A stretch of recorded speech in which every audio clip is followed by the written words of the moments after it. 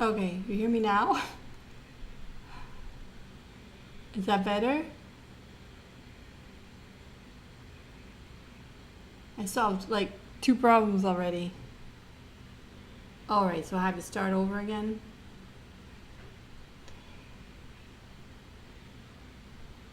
Okay, better now? Do you hear me?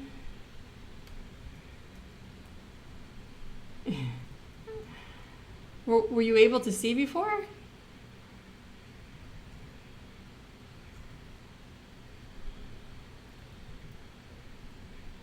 So you're able to see, you didn't hear anything? Oh my goodness. Okay, so let me recap. How terrible. You still can't hear me, Monica?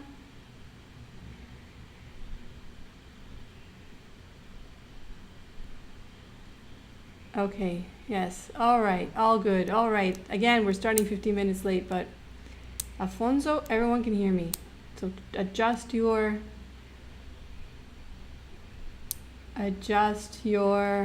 headphones. It's working. Yes, Monica, there you go. All right, so I guess I have to check in every time to make sure you can hear. Oh, you were comfortably watching me for a while there. All right. So let's see. Let's go back. So what did I say? What did I say? What did I say?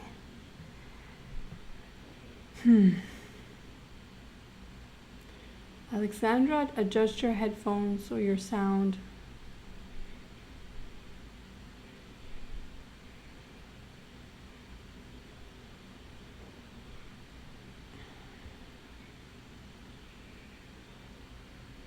Okay, so what I was saying was,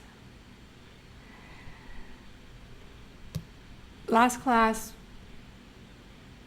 I focused on conversions.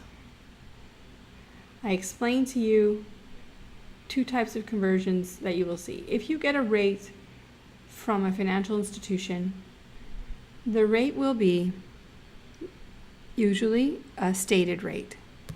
And it's okay that you have a stated rate because you know how to convert it, but you need to convert it. If you don't convert it, you shouldn't be able to use it in, you won't be able to use it in the formula. So what I mentioned is, this is the formula to convert it to an effective rate for use in formulas. It'll just give you the equivalent, or it won't be equivalent, but it'll give you the effective version of the stated rate. Now, how do we get that? So N, the subscript here, can be either representing months, quarters, semi-annual, or daily compounding. So it's stated over the year. It means that it just represents, this number will just represent the percentage of simple interest. It ignores the compounding effect. So that's not useful in our formulas, because in our formulas we're more precise, right? We want to take account of the effect of interest accumulating on interest compounded. So what we have to do is take our rate that we've been given, and if it's a mortgage, we divide by 12. If it's a stated rate for a dividend, for dividends on stock, we divide by 4, because those are usually quarterly. If it's a stated rate yields to maturity for bonds, I divide by 2. If it's a credit card, I divide by 365. So those are the ones that we will focus on. However, you should be able to do this for any kind of stated rate. Okay, but these are predominantly the ones you'll see in this class. So then what you do is you just divide it and you reduce it to its effective rate. Now, you might be satisfied with that, or you might have to change that again for use for other, for other parts of an exercise. So, or for separate exercises, you might need an effective rate that corresponds to the timing of payments. So that's why I present this equivalency, this form. This relates all the rates to 1 year. So all this is saying is 2 accumulated periods of a semi-annual rate is the same as an annual effective rate. one accumulation period of an annual effective rate. So these are all equivalent to an annual effective rate. 4 quarters makes a year. 12 months makes a year. 365 days makes a year. So these are all the same. And also, I could also work with 2 at a time. I can convert a quarterly rate to a monthly rate using this expression. So these are all equivalent accumulation factors. And so that's what I do when I make my conversions. So I also mentioned last class that there's all kinds of other rates that I could put in this equivalence equation. In particular, there's a continuously compounded rate that would go, well, it would be related to this end, right, where you have a rate that's compounding instantaneously. And I will talk about that either at the end or tomorrow, because I want to focus on using these formula for now. Okay, so that's what I said about that. I really need the timestamps so people don't end up watching the first 15 minutes of this video. If I edit the video, I lose the chat, so I don't like to edit the video.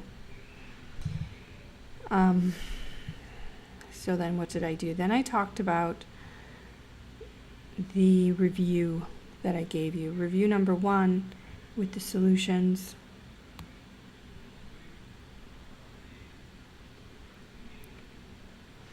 So, oh, I thought I already selected this.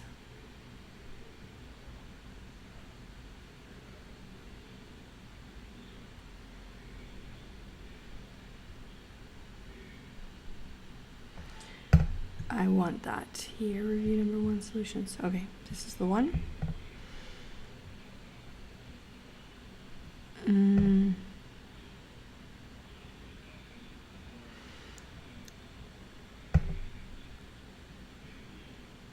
Okay, let me erase what I did here.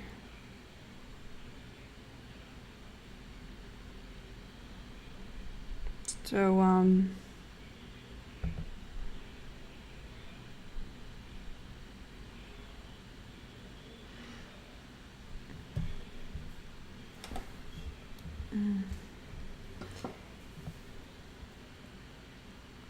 oh, okay, no, we did this one already.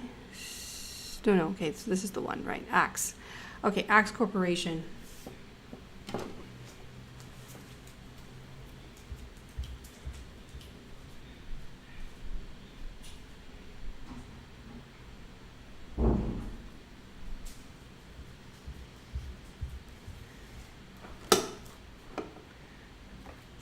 So you read the problem. Axe Corporation is expected to pay quarterly dividends of $5 per share beginning next quarter. So that's great. So it's going to start 1 period from now, and the periods are quarters because the payments are quarters. So everything revolves around the timing of payments.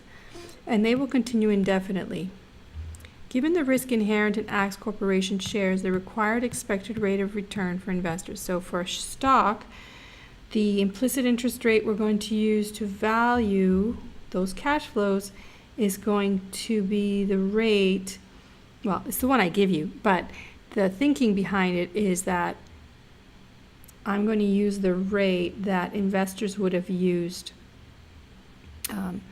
as their expected return. So they're saying, well, we're willing to invest in this because we anticipate a 3% return. If we're not going to invest in this one, we'd invest in another company to get 3%.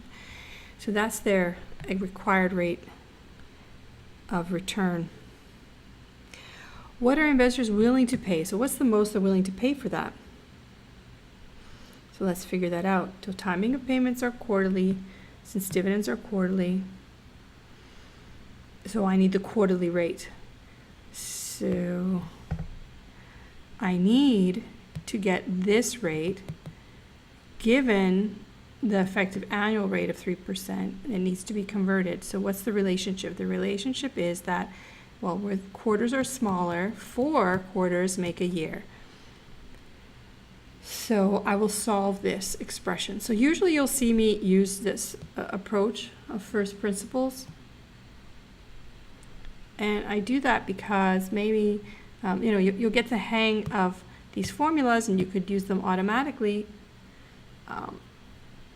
You can put them on your formula sheet and get the hang of it. But sometimes there are rates that aren't as straightforward that you're used to. And this is the best way to think through how to convert them.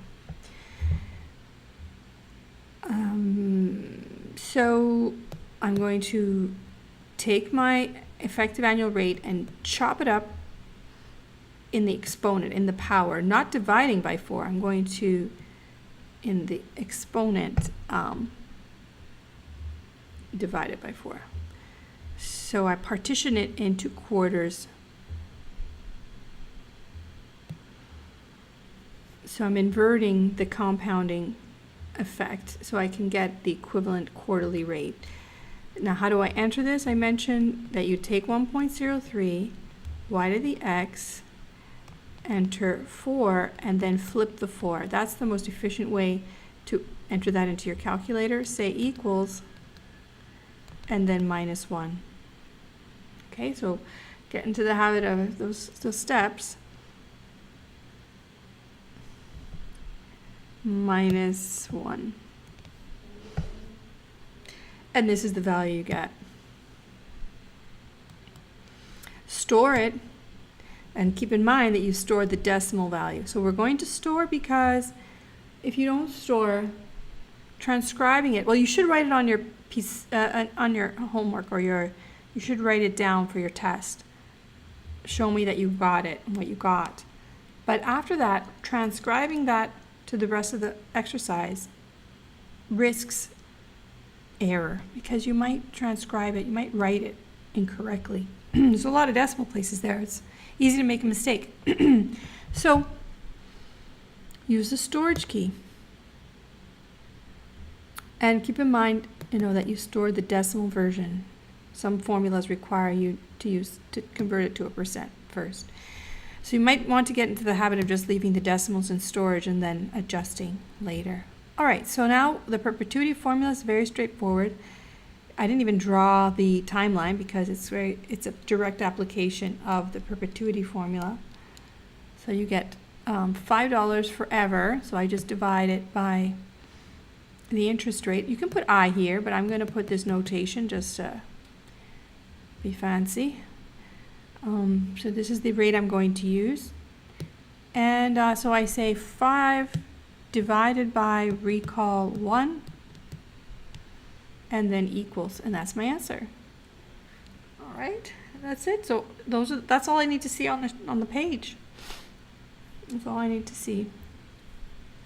You might want to put these things down, like store 1, recall 1, for your sake. So when you review your test and you see if you should have enough time to review your test and repeat your calculations to make sure that you didn't make a mistake. And it would be nice to keep notes like that for yourself. So you got that one? So these are basic.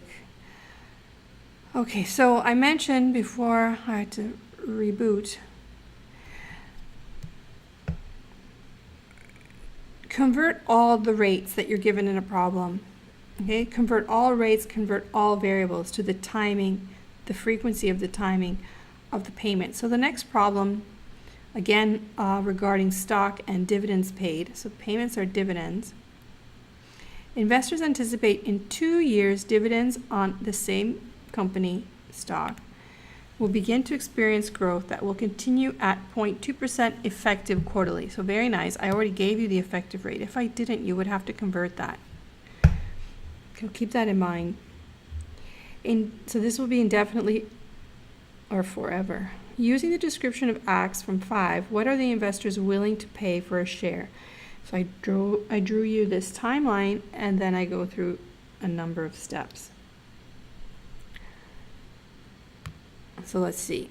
I made it in quarters because the timing of payments is quarters.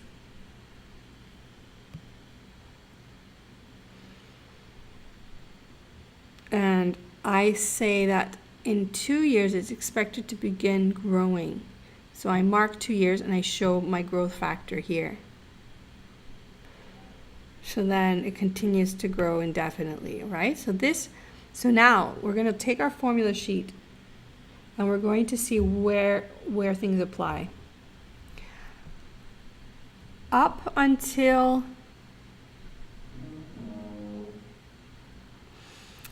okay, so these payments here,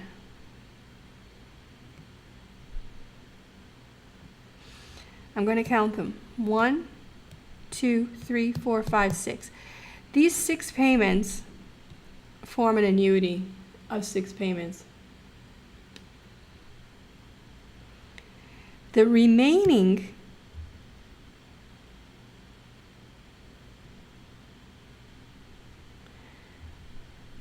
let me do that again.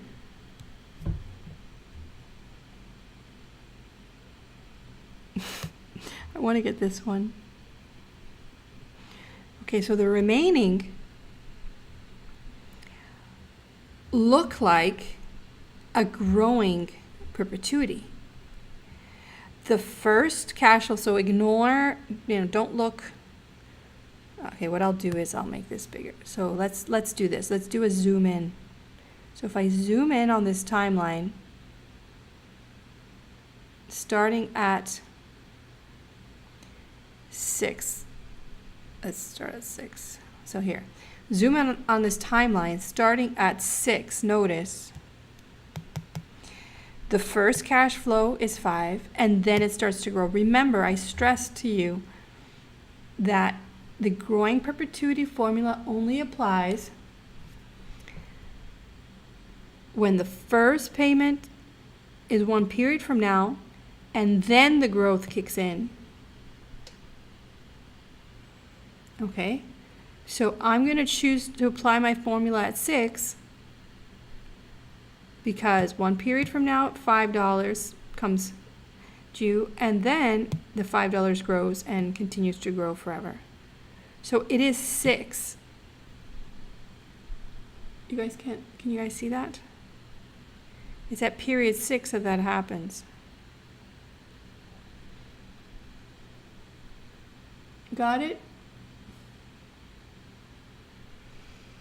So that's why it's 6, because that's where the formula captures those cash flows. Now you could have done it a different way and adjusted, and it wouldn't have been wrong. It wouldn't be wrong as long as you use the right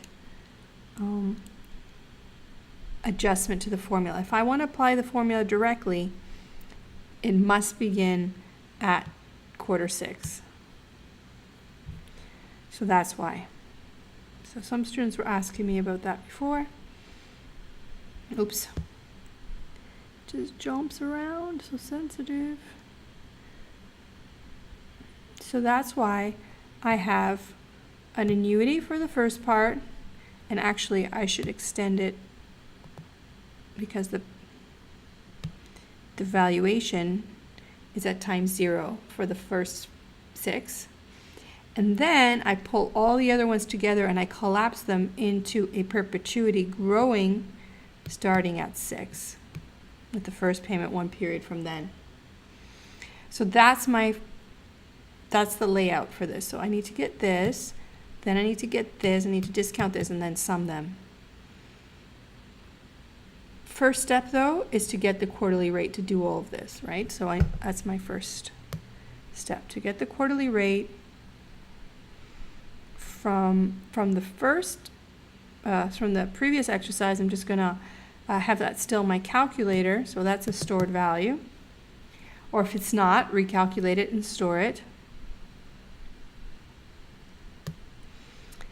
And then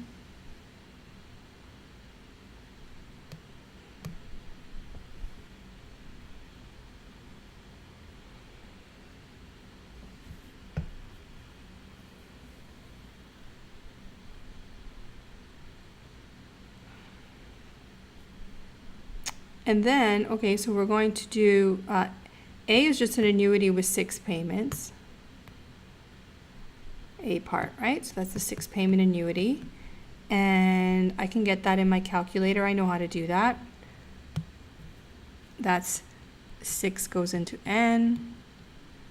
I recall 1, the rate. And then I multiply by 100 and put that into the interest, right? Remembering, I'm storing decimal values, so I need to convert them. Then the next thing that from left to right is PV. That's what I want to get, so wait for that. And then payment is 5.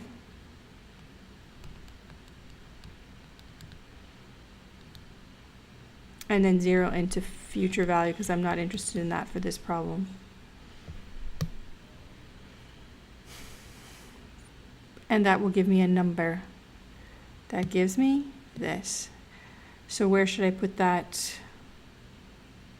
So you're going to compute PV and you get this value. So store this in 2 because you have the rate in the first one. So store that in 2. And write it down so that you remember what you've stored, right?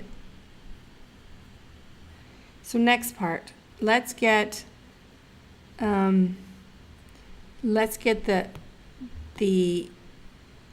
let's apply directly the growing perpetuity formula, which is just the amount divided by I minus G. I already have the G as a quarterly rate, so I just have to put I in there. So how do I do this? Well, I already have this in storage, so I can say recall one minus, so let's, how will I enter this? To get this value,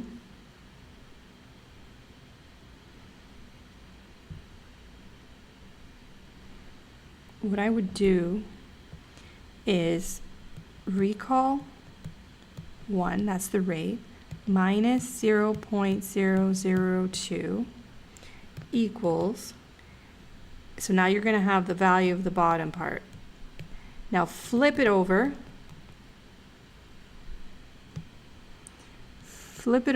use the 1 over the x,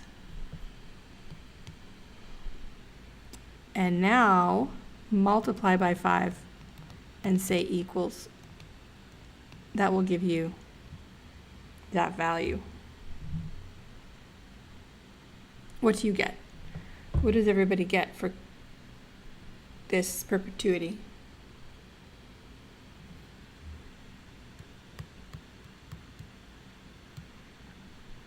Oops.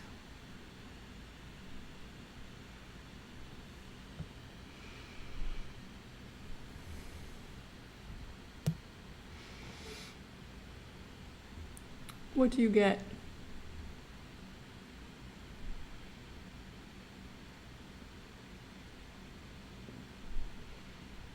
I'm going to wait for you. I'm going to wait for at least 3 people to write it in.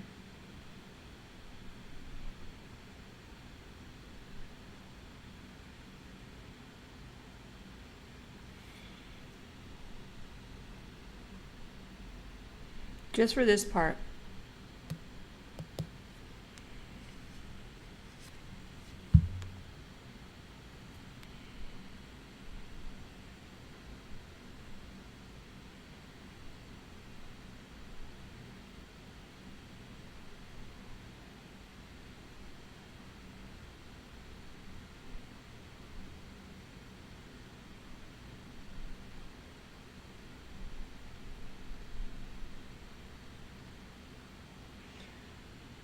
Nine two three 0078915. Yes, it's a little bit off, Monica. Oh no, wait. Yeah, you guys are. So I get the number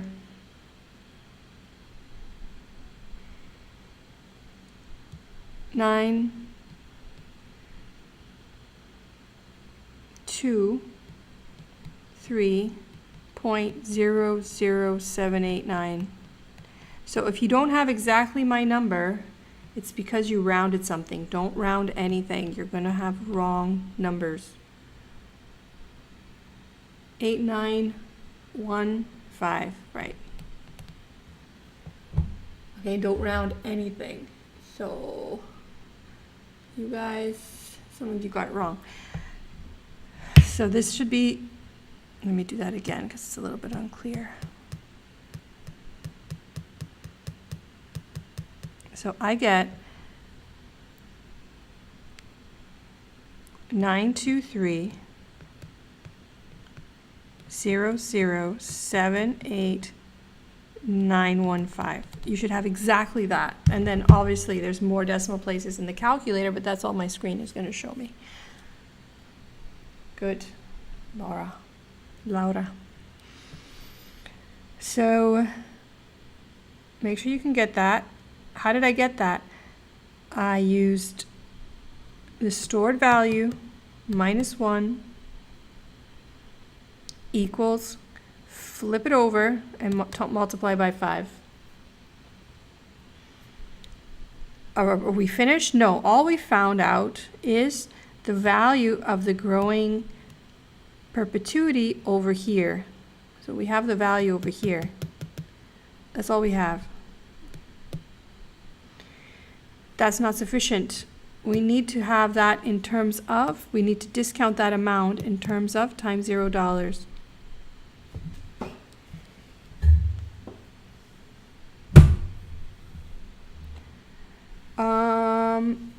You're not flipping the multiplication, you're flipping the denominator. So I start on the bottom. I take recall 1 minus 0.002 equals, so now I have the denominator. Then I flip, and then I multiply.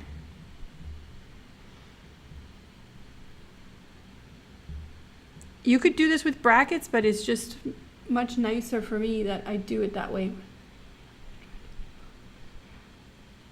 This is the growing perpetuity formula. We subtract the growth because growth offsets the erosion of the rate of return, or the implicit interest rate. So the formula that we derived the other day is this one. So I'm just using, all these are from using the formula sheets. The formula, so you should have that at your side. I've just applied this formula. So I did, we use this one for part A, and now I'm using this one for part B. And then we use the conversion formulas for the I.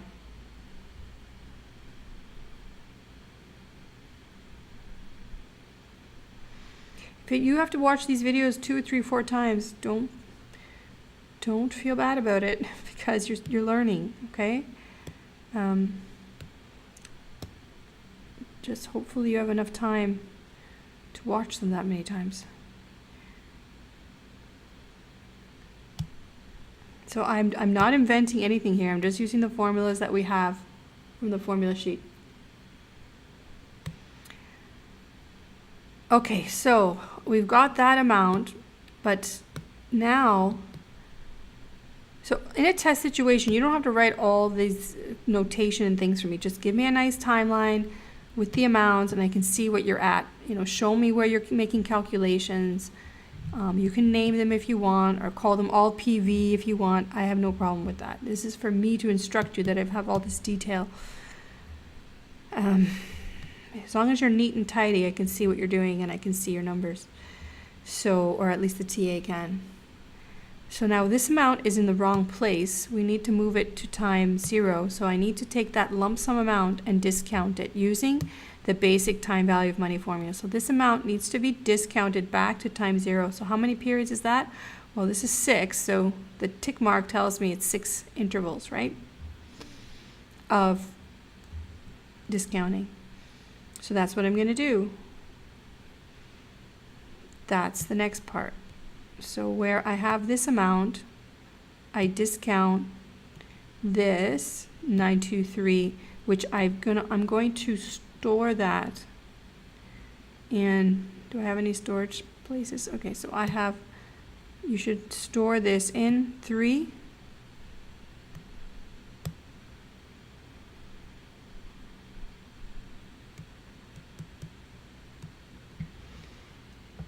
So you store that in 3, and then, so you can use colored pens too if that helps you with the parts A and B, or blue and red. So I want to discount this back to 0, so I'm going to recall that amount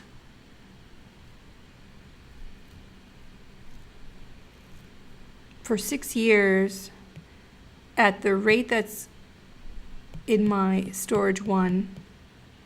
I can use the time value of money keys to compute this. Or I can just do the division. I think let's practice using the time value of money keys. So what are you going to do here? You're going to have, see if you can keep up with me here. So you're going to have, from left to right, 6 into n. And then you're going to say recall 1 times 100 into I by y, the interest. And then the next thing is PV. And we want to calculate that, so that's not what we're going to say. But we're going to treat this as the future value, right, that we're going to discount. So this is like our future value that we're going to discount. Remember that the present value at Q6 is the same as the future value at Q6. So what's next? Payment. There are no payments here, so 0 into payment.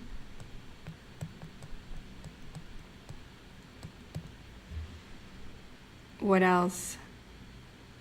Then recall. I might have to do this again. Recall 3 into FV.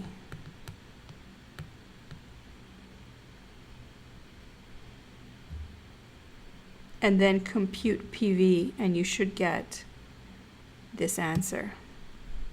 So I'm just stressing you guys can use your TVM keys to do this.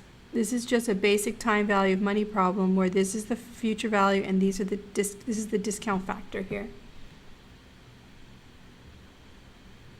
So let me erase that and make it neater because that's really messy. Let's make this neater. So I want to enter this into my calculator. And I do that using the basic time value of money. So it's going to be 6 into n. I'm going to put recall 1 times 100 into I by y. Then I'm going to put nothing in PV because that's what I want to calculate.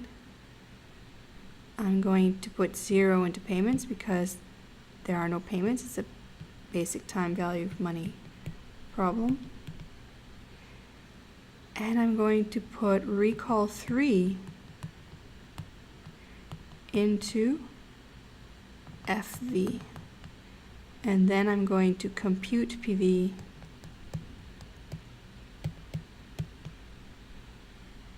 And what do you get?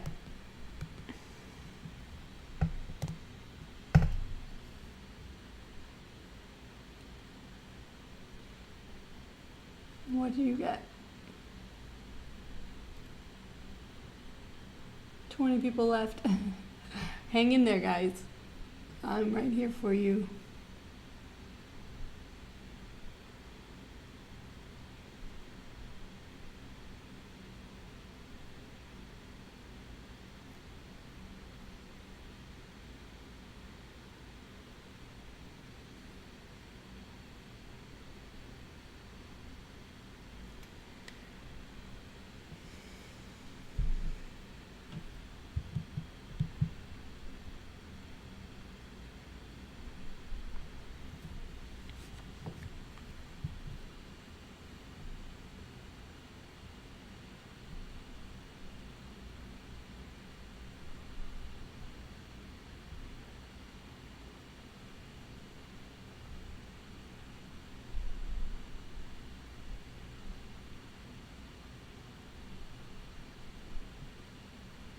I'm waiting.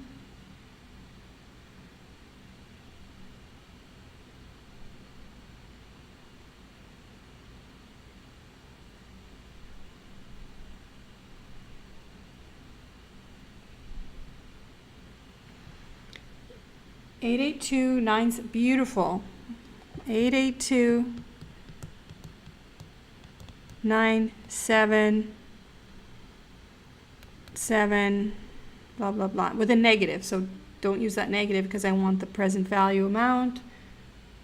So this will be, you can call this storage 4. I know it's overwhelming. Hang in there because all we're doing is the same, using the same formulas again and again, but just keep track of things with the storage, right? Make a note. So this is going to go into storage. Are we on storage 4 now? Storage 4. So I have many decimal places in there stored. Get into that habit of not just copying, because you're going to get the wrong answers and get very frustrated when you're following in my notes. So what are we left with? We have storage 2 plus storage 4 will give us our answer, right?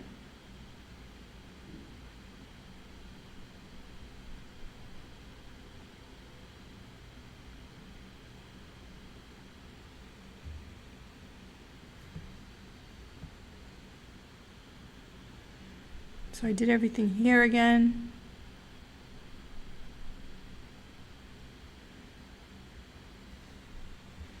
I show all the keys punched in, so this looks familiar. And then I say recall 2 because we stored the first part in storage 2, plus recall 4, and this is the final answer. So you should get this to the very decimal place if you do this right. Okay, so let's see. If you didn't get that, let's go back.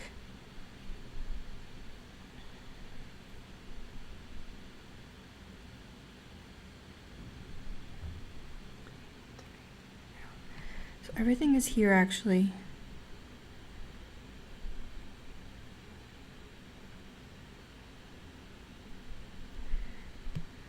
So, John, did you store in the third storage slot?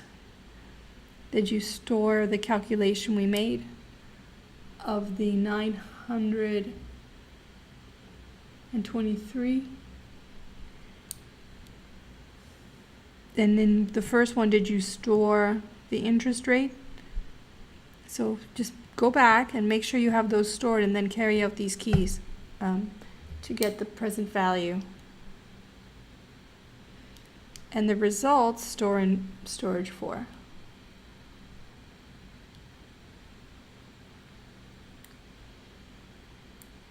So if you don't get it, I'm going to have to move on, but let me give you a couple minutes. Go back and check your stuff. Make sure your calculator is not in begin mode. Make sure your screen is clear.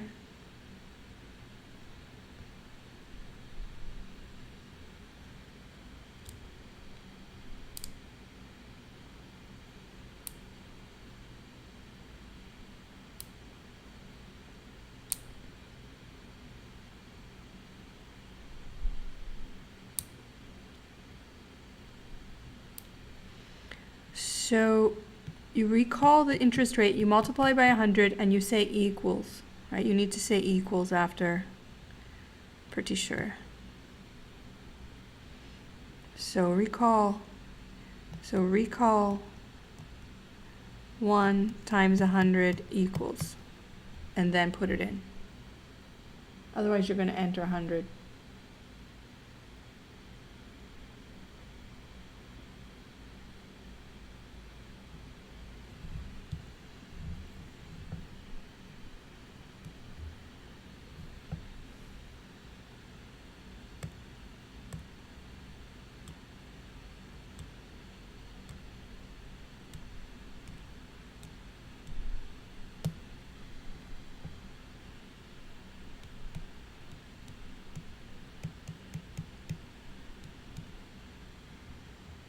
Is that better?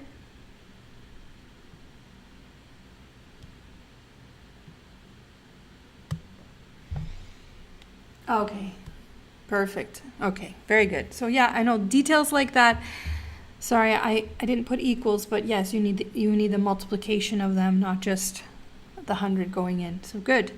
Good. So some of you got it. Okay, so you're not getting the answer for the first part. Let's see. This one. So you have stored this interest rate in decimals. So the interest rate minus 0.002, be very careful.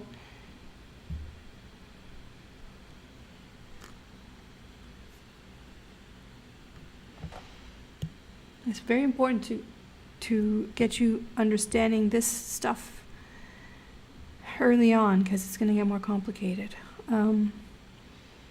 So recall 1 if you store the interest rate minus 0.002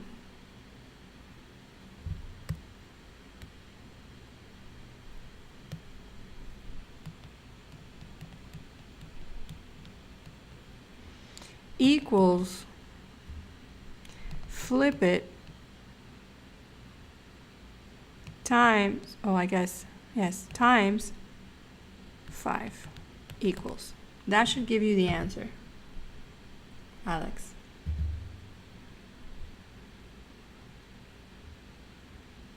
So in 1 you have, remember the interest rate. The interest rate was computed as 1.031 minus 1.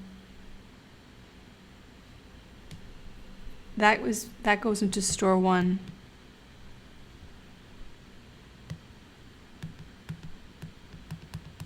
That was store 1. Then you recall that minus 0.002 equals, flip it and multiply by 5. Or use brackets and do it the way you like. Okay, so work with that. Let me know if you still don't get it. And we're going to do the last couple problems with bonds.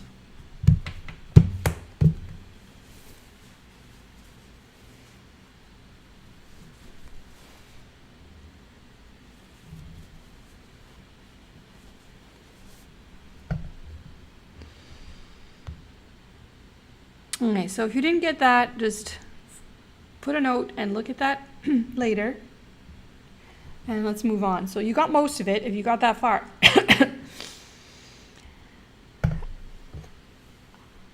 Okay, so what we have is an AT&T bond. Promises to pay $40 every 6 months for 20 years. Remembering now, so this is a problem that's going to introduce more realism in that the bonds pay coupons semi-annually. And then at the end, the face value of the bond, $1,000 at 20 years. So it's a 20-year bond that will give $40 every 6 months and a face value of $1,000.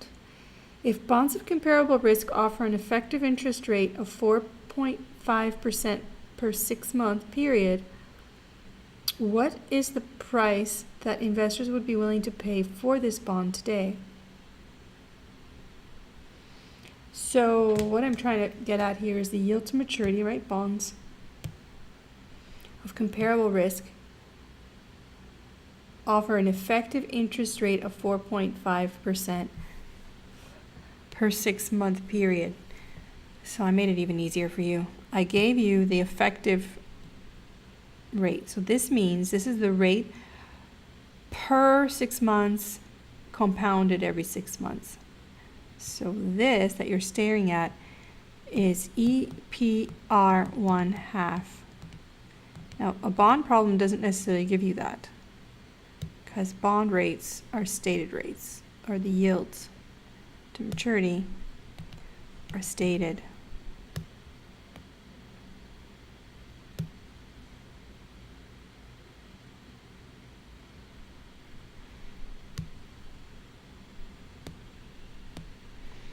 So it's 4.5.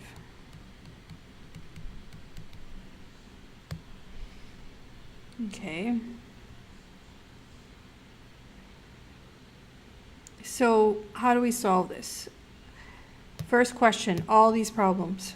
When are the payments? The payments are semi-annually. So we have to convert the problem, all the variables, to semi-annual intervals.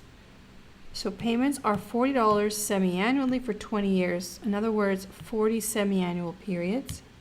So that's converted.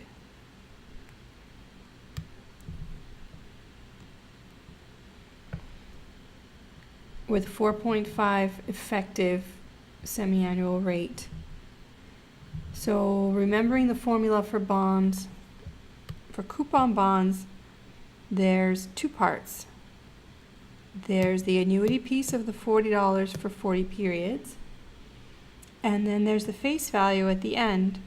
So I didn't draw the timeline because, well, you could draw the timeline, but I didn't draw it because by now, at this point, you should know the timeline for coupon bond. There's no catch here. There's nothing special or unique about this.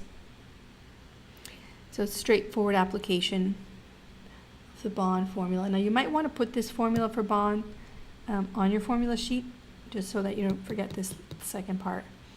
Entering this into your calculator means remembering that coupon bonds will use all the keys of your TVM row. So you write the formula in a test situation, and then you get me the answer. So what do you enter into your calculator? So from left to right, 40 periods. 4.5 is your effective rate. PV is what we want, so I won't put that.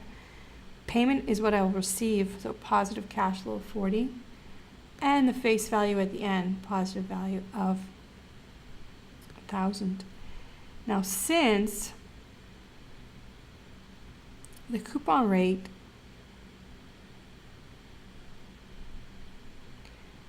is, well, let's just say that the price is, the value is $907.99. So this is a discount bond since you are not getting through the coupons all of the yield. Okay, so 4.5% is yielding, is not the same as 40. Okay, so it's a little bit less than getting this every semi-annual period. This would have been $45. That's why it's 907. Now that's extra. That's, you know, additional detail. I'm just looking at the features of this result. Okay, so this is just, that's it. Straightforward, no catch. And that's it. That is it for this exercise, or this set of exercises. So we've already finished 2 of these. Now what I want to do is go to applications.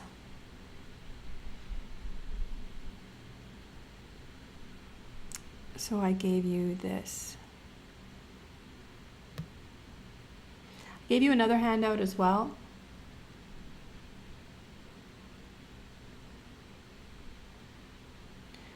Oh, someone got a different answer.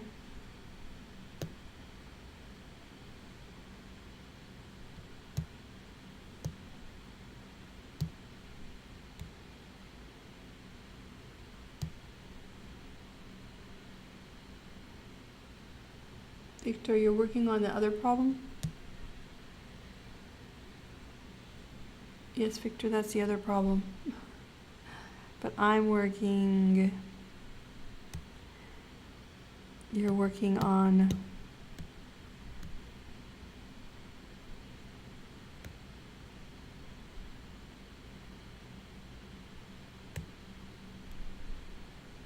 You're just showing me this value? Right. That's correct. And then you add it to recall 2, and you get the final answer, Victor. Very good. Some people aren't listening to me. Well, that's all right, because the last one is straightforward. There's no catch. All right. Let's go. So what I'm going to open up now, I gave you this handout. So this is just for you to read through. I'm not going to talk about that. That's just, I already talked about that. That's just a summary of what I said.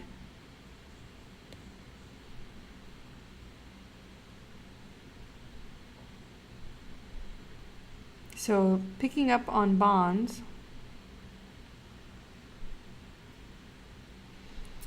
this is the solutions to the applications, interest rate conversion applications. I did give you the solutions, but I think we should work through them. Let's work with the sheet, the blank sheet.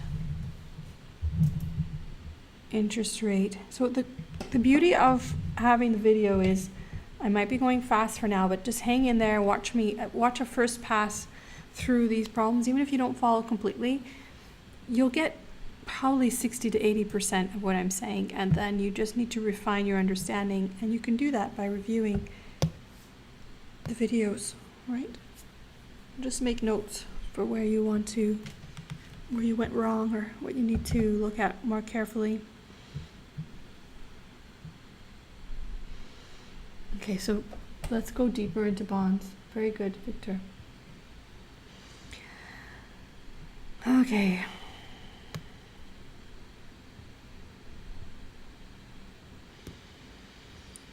So for the Connect exercises that are due on Sunday, I give you an opportunity. You're going to read through the text material. I focus my lectures mostly on solving problems. The background is for you, or, the text and the reference material is for you to read to get a better context for what we're doing. But we only have so much time together, and I prefer to use it in helping you with the mathematical finance piece. Because the rest, the reading and comprehension and retention, you guys are good at that, so I leave that reading to you. And then I reward you in the assignment. There are like 30 questions in the assignment, which might seem long, but some of them are very simple, very straightforward. Anyway. So bonds. So bonds often pay coupons every 6 months, so their rates are stated annual interest compounded semi-annually. So what you have to do when you're given a stated rate is you need to convert it. Consider, I think tomorrow we're going to end up using for review, or we'll see. I think today might be enough. We'll see. But the material for the test will be mostly this. I think I put some material from chapter 5, which is the net present value rule, on the Connect exercises, but you should be able to do those as well without me going too deeply into it. I'm just going to verify.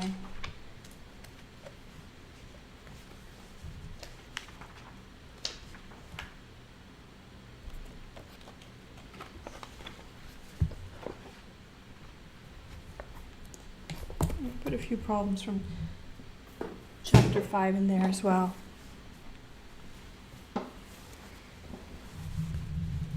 Anyway, I'm not sure. I'll tell you tomorrow, but mostly it will be this material from today. Okay, so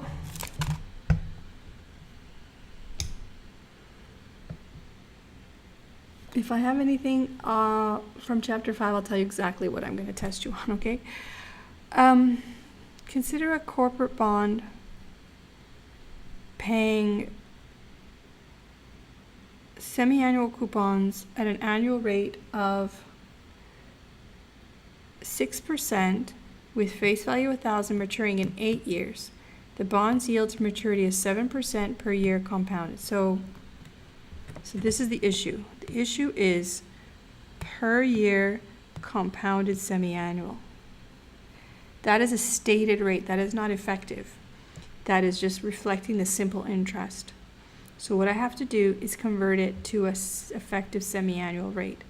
In other words, I just divide it by 2. And that's what I do here. So we're just going through the elements. This is the timeline. It's going to be 30, 30, 30. How did I get 30? Because it's 6% is the coupon rate. The coupon rate also is a stated rate. It doesn't say that here, but it says annual rate, okay? That's also a stated rate, so coupon rate is also stated.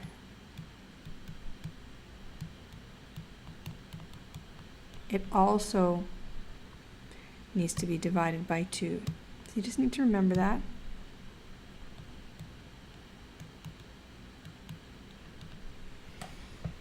So it's really $30 that you're getting each period if you own this bond. And the periods are 16 periods because there's 6 months and there's 8 years. So it's 8 times 2. So smaller periods, more periods overall.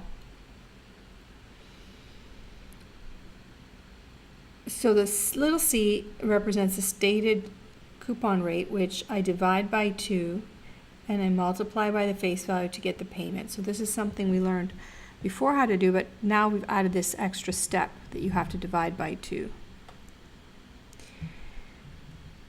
Converting the number of periods to 8 times 2,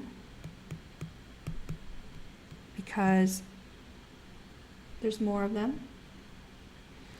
And then finally our rate, yield to maturity in terms of bond, we need to divide that by 2. Why am I doing all this? I'm doing all of this because of converting what I'm using, just in case you're not following. What am I doing? What I'm doing is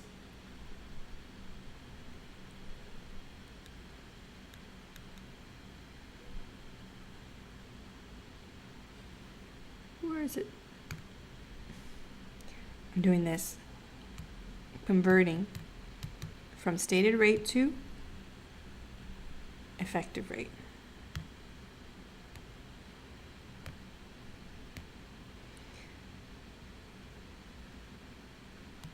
Okay. So that's it. Then I enter everything into my formula. Let's look at the formula. So we just saw this one. 16 periods with the rate. And so let's be clear. We have 2 rates floating around. The yield to maturity represents the implicit interest rate in the formula. Okay, so that's the opportunity cost of money. That's that. The 6% was used to determine the payment, and that created the $30. Don't forget this part. This is the face value at maturity of the bond. So there's 2 parts to the formula, right? The annuity piece and the basic time value of money discounted piece, all because it's semi-annual. So you only divide by 2 because it's semi-annual, exactly. If it wasn't, you don't have to do this. But bonds are paid semi-annual in reality. So that's why I'm teaching you how to do this. So how do you enter this? Remembering you have to put all these in. Every key of your calculator is adopted, is used. So from left to right, you use 16 in N, 3.5 into I by Y, then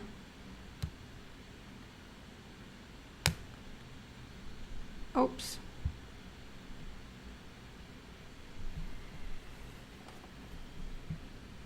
Then PV is what we want, so we leave that blank. And then what's next? Payments, we have that, that's $30. And face value or future value is the 1,000 that we're going to get. And these are all positive because I'm receiving those if I'm a bondholder. So this is the value computed from, sorry, you probably didn't see all that. There you go. I got carried away. So now the value with 30 in payment and 1,000 in face value or future value, ask to compute PV and you'll get the answer.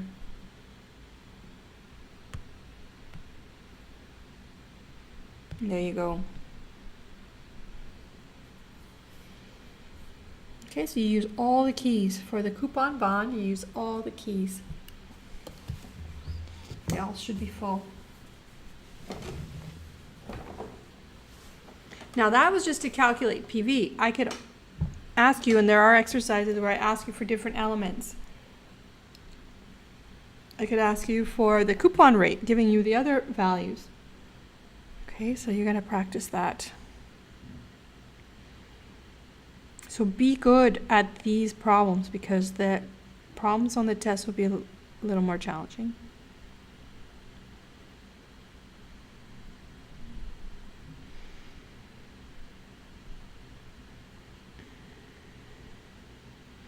I have some comments here you can read about.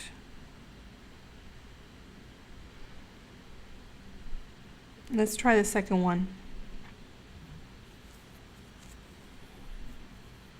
Ready for the second one?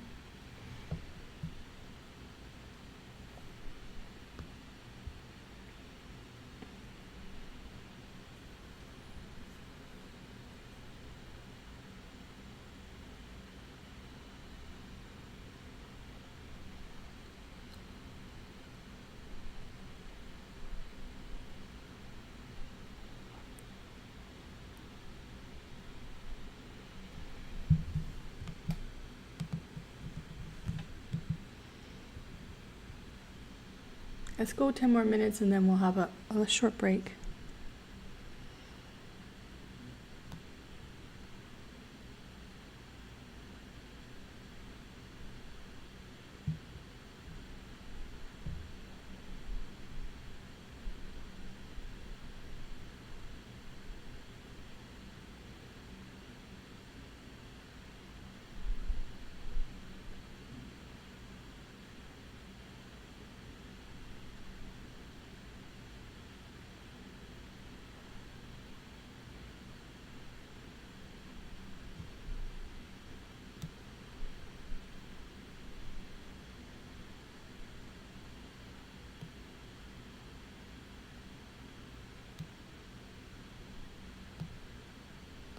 All right, I'm here. Okay, no comments? No comments. You're waiting for me? That was kind of a break. Question 2.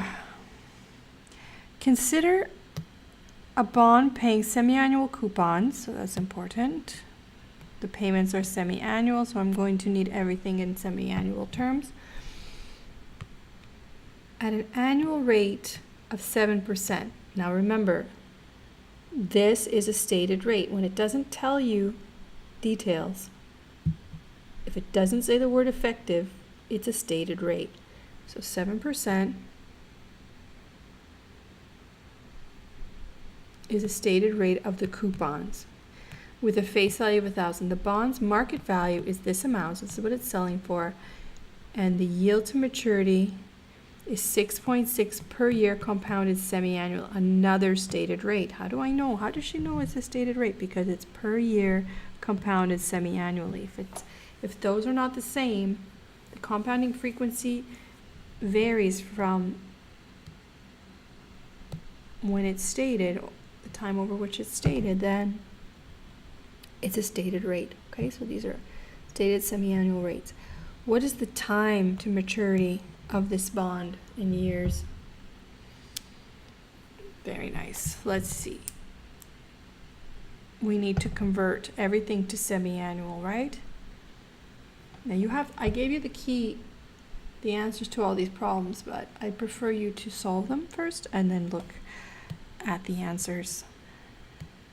So let's see, we have a 7% coupon,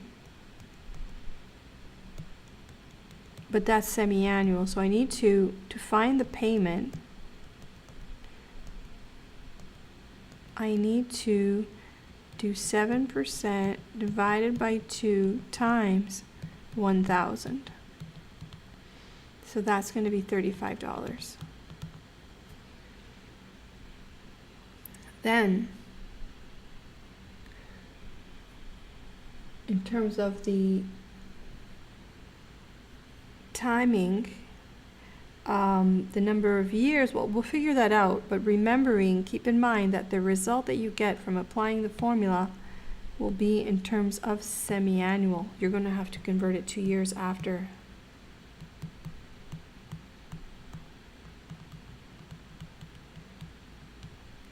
You'll see what I mean. So let's get the rate. So the yield to maturity is 6.6 per year. So R 1/2 is 6.6%.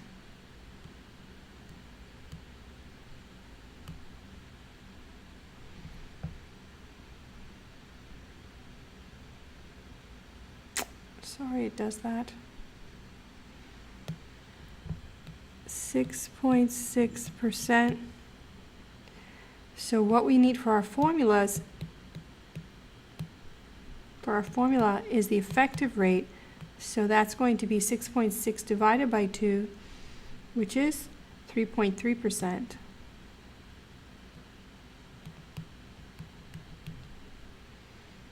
How did I get that? Because I did R 1/2 divided by 2, right? So I use that conversion. So someone just asked me, is it required to do a timeline for this kind of exercise? For bonds, no, because we pretty much, they're straightforward. But if there's some variation on the bond, you're going to have to do a timeline to show me how you interpreted the exercise, okay? But if it just says this is a bond, we know the timeline. So you don't, I'm not going to stress you have to draw that.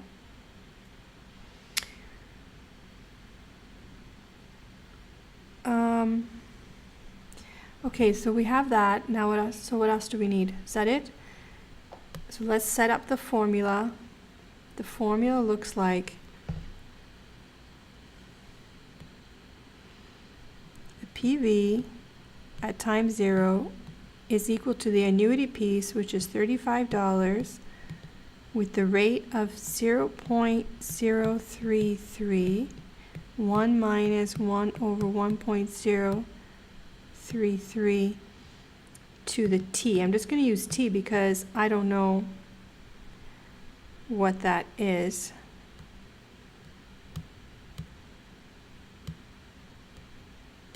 I have to erase this little piece here. Can I erase that?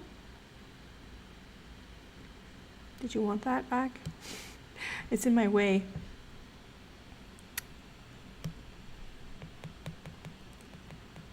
Can't get it fine enough. Okay, I'm just going to erase it. So that's not enough, right? I have to do the second part. The second part is the base value of 1,000 that is going to be received at the end of all the periods. There you go. So that's the formula. So you have to write that down. And then let's enter the variables, the values, into the third row of our calculator, the TVM keys. So n, which is the first one, we don't know. So n is what we're going to try and compute. We're going to put in, the next one is interest, so 3.3.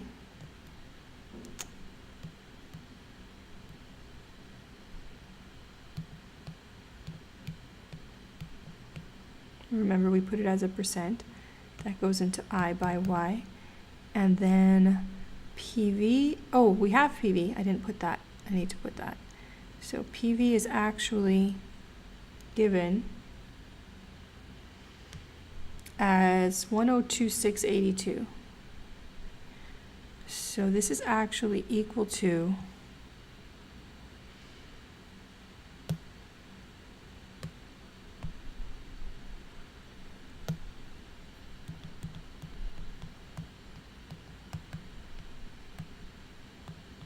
is that right?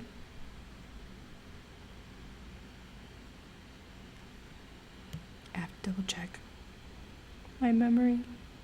Yeah, 102682. So that's that. So that's my PV.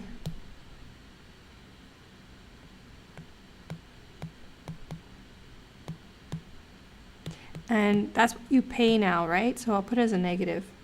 I have to balance the cash flows. So the formula actually, I actually solve for the unknown from the formula. And then payment is 35.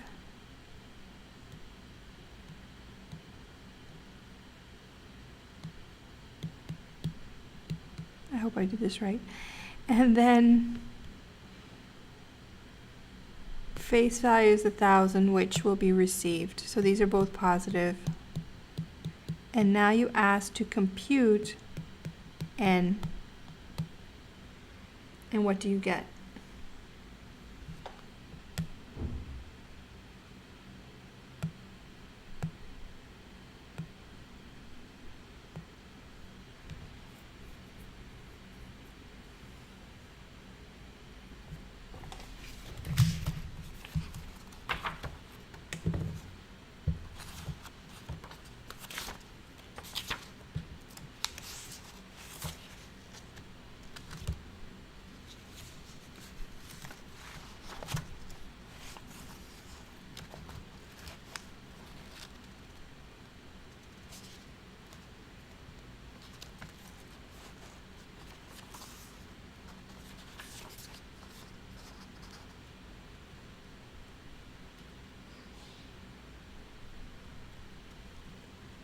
Very good. 17,998,064.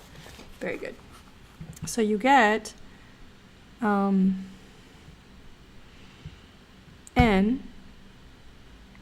My goodness.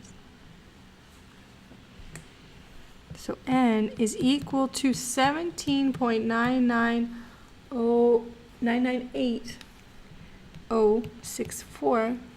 So 647. So anyway, semi-annual. Are you finished then? What was the question? These are semi-annual periods, but the question says in how many years? So that's semi-annual period. So this is more, right? Because they're smaller. So what I have to do is divide that by 2 to get the number of years. So if you miss that, you lose a few points, but you get most of your points if you got this far. So when you divide that by 2, you get the years. 8.99903 years. So you can say that's pretty much 9 years to answer the question. Very good. Okay, so thanks for sticking with me so far. Let's take 5 minutes break and let's finish this handout. And then I can send you more material, right? Yeah, so tomorrow maybe we'll do some more challenging things to prepare you for the test. So I'll send you some problems to prepare for tomorrow. And, but anyway, we still have more to do here together. Okay, let's take 5 minutes.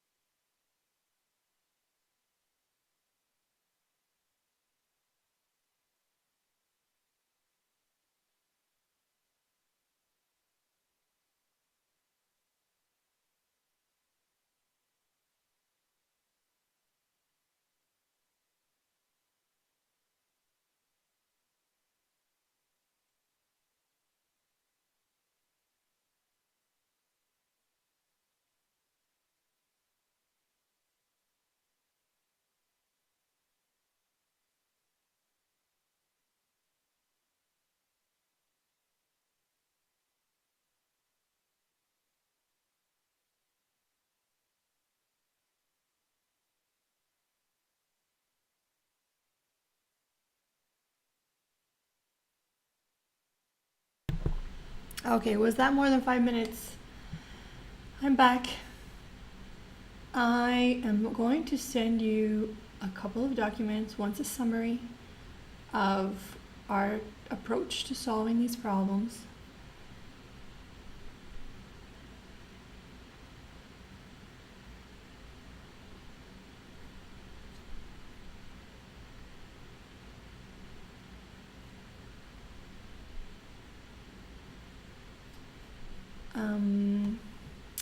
Let me send you those. And we'll talk about that. And then finish the rest of these exercises. Say something about continuous compounding, and then probably will be done, and I will send you more problems for you to work on today.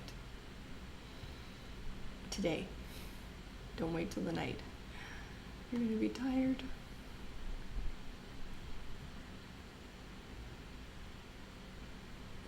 So just hang on. Sending you these valuable tools.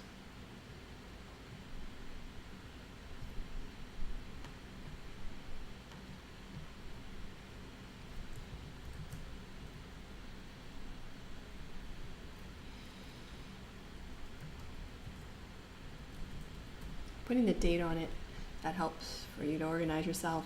So like I said, when I'm done, I'll put everything in Dropbox for you guys to go to and download if you lose what you have, or if you want to look at my numbering scheme, the order of these documents. So let me pull up what I sent you.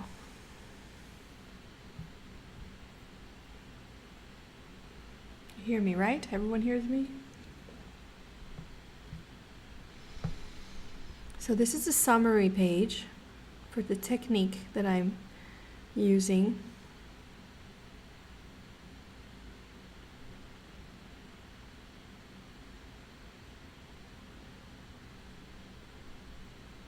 That's not it. Not yet.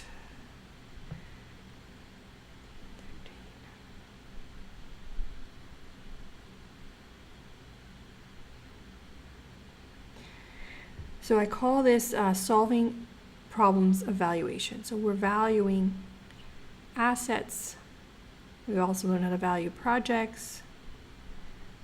And you can do this systematically by following these steps. Step 1, identify timing of payments, if there are payments, and convert all rates, interest rates, discount rates, growth rates, to an effective rate that compounds with the same frequency as the payment frequency. That's step 1.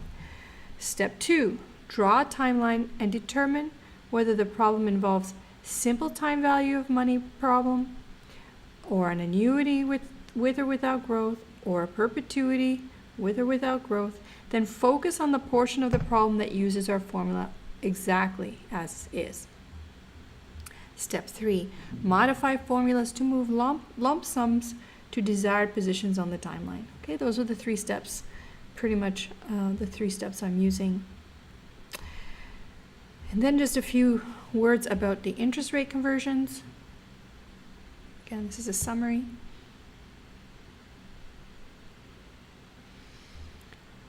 Interest rate conversions involve one or both of the following. You will convert from either one effective to effective rates. So something like, given the effective quarterly rate, determine the effective monthly rate. So you can use these two, given a quarterly rate, compute an effective monthly rate by isolating the one you want. Okay, so you just, in this case, let me just demonstrate. Should I let you open the file? You guys aren't complaining.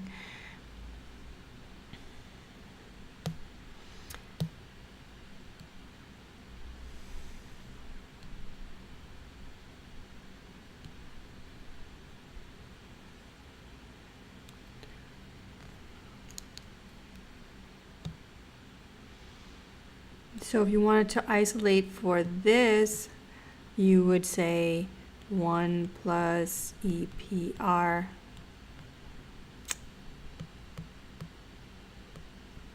and make it bigger.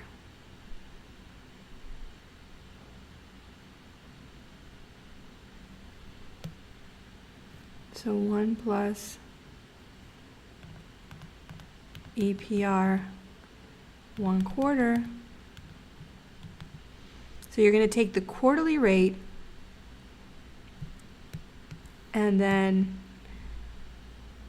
in the exponent you have to divide that one by 112 and that one by 112, which leaves you with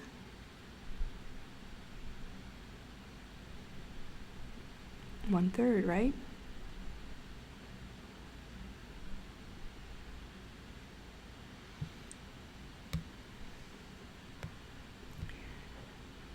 So if you take 1/3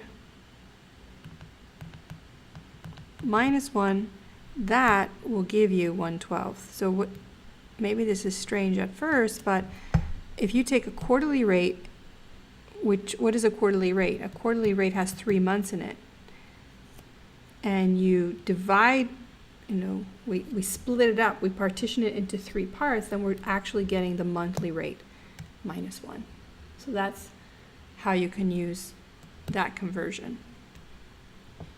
Where did I get that from? I get that from the string of equalities that I gave you on the sheet yesterday. You got that? So all I've done is algebra here, so think about that, and that will give me the effective monthly rate if I solve that expression. So I could, as I'm saying, I could require you to get an effective monthly rate from an effective monthly rate, and that's what you would do. And I solve it here.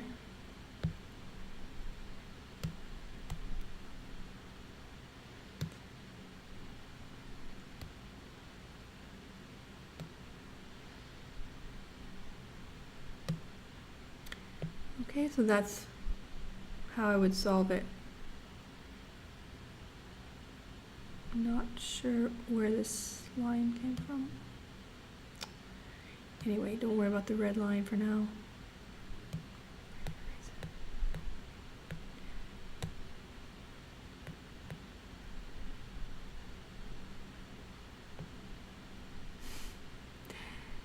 Sorry.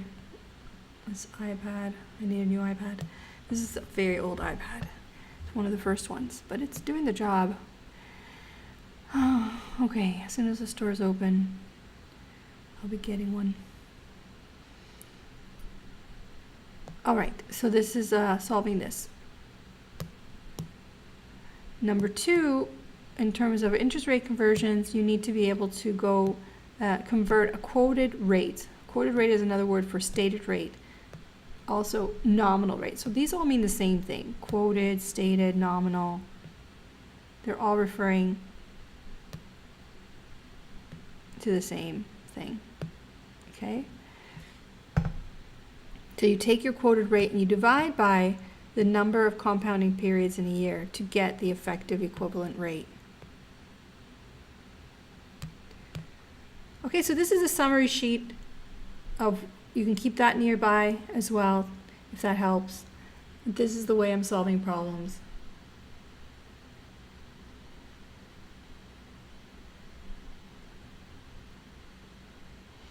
Right, so when we get a stated rate, we divide by 2.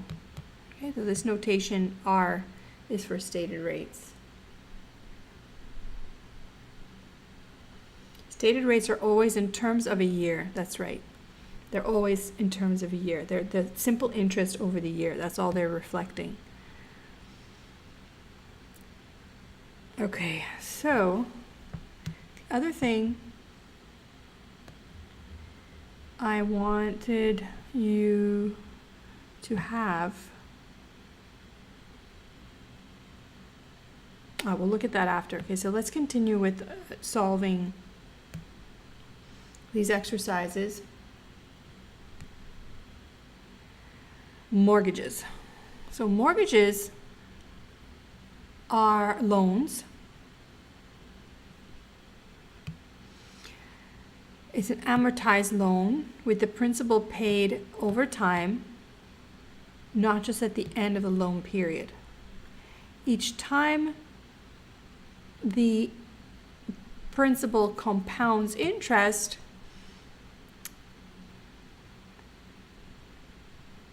in a mortgage, the compounding is monthly. So it'll compound interest monthly on the balance.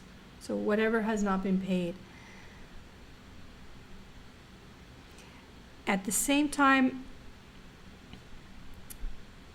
payments are going to be monthly. So we will have to work with monthly rates and everything converted to months in order to use the formula that we have. So we've done, I think, a couple of problems with mortgages, but usually until now I've given you, well, until yesterday, I was giving you the rates as effective rates over the period I needed, but now you're going to have to determine what the appropriate rate to use is. Terms of a mortgage are usually negotiated during the terms of a mortgage are usually negotiated during the term of the mortgage. Okay, so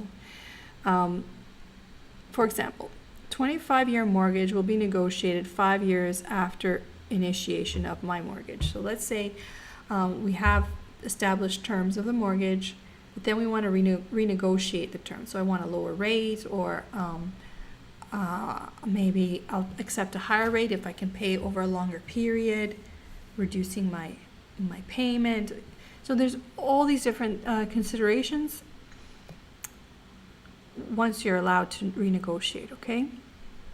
So for now, we're going to begin with a mortgage that's negotiated. So it's a loan, it's a 25-year loan with a stated rate of 7.4% per year compounded monthly. So that's what the bank states. I'm going to need to convert that to a monthly rate because payments on the outstanding balance are made monthly. To answer most mortgage questions, since payments are monthly, we first have to convert the quoted stated annual interest rate monthly to the actual interest rate charged each month. So I'm going to illustrate what all this means with the table. Did any of you actually solve these problems already? Let me know in the chat. So I'm taking the 7.4%. I begin by taking the 7.4% and dividing it by 12, right? Because this was just a simple interest that they gave me, and they ignored the compound interest. So I need to divide that by 12, and that shows me the rate per month. It's a small number, okay, but it does compound, so it's actually higher than 7.4% over the year. Okay, this does not reflect the effect of interest on interest. So now we're ready. We have the effective monthly rate. We have to convert everything to months. So that means since it's 25 years, there's 25 times 12 months. So we have to be aware of that. So what is the monthly payment on the above mortgage? So that's my first question. So what is that? What's a mortgage? A mortgage is actually an annuity. So I've stored this value.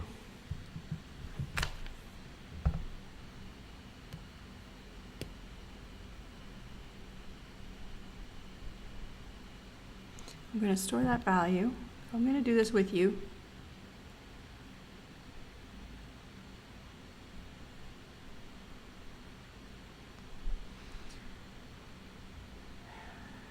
So I need to store it as well, whatever you do, don't forget how you stored it. So you can store it as, I stored it as a decimal, so I'll store it as a decimal in 1. Okay, so stick with me if you've already started this, and let's see if maybe you learned something new. some of you already finished it. All right, so just stick with me. Even though you've done it, maybe I'll point out some points you didn't think of. Okay, so this is an annuity. I want to figure out the monthly payment. So the present value is actually the loan. So it was $100,000, right? I'll leave out the decimal. And the payments need to be determined, so I don't know what that is. So that'll be like a C1, right? That's the first payment, and it stays the same. That's really important. The feature is like an annuity. The payments do not change, and that's really good. That's really important for budgeting, so people know what their payments are going to be. It's not like the bank comes around every month and says, you know, at this point you owe us this much. Like, no, it's going to be set and level so people can budget themselves and plan for that expense, among others. So then the rate, I'm just going to put I, or actually maybe put the notation EPR 112.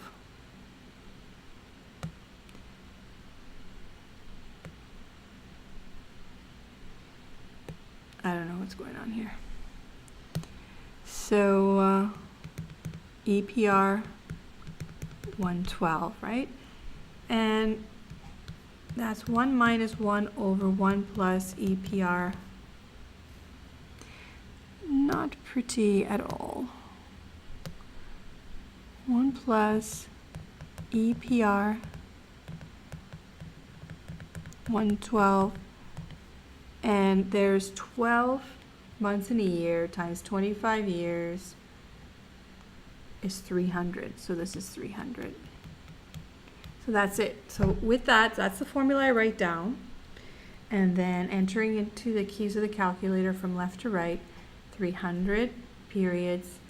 Interest is recall 1 times 100 equals, and then PV is 1,000, 100,000, and that's what I get. So that's a positive, and I put 0 into face value, and I compute payment. So the payment is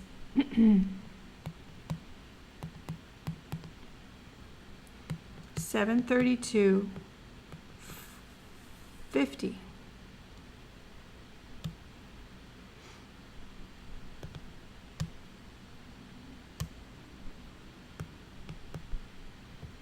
Now this is really important. Even though there's decimal places to this exercise, the payments have to be made in dollars and cents. And you can't have a fraction of a cent.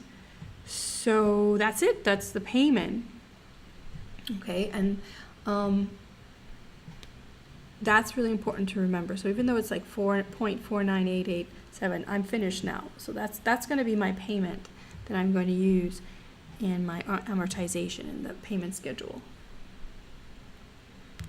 I'm going to save this, and I'm going to go pull up the solutions because my stuff is messy.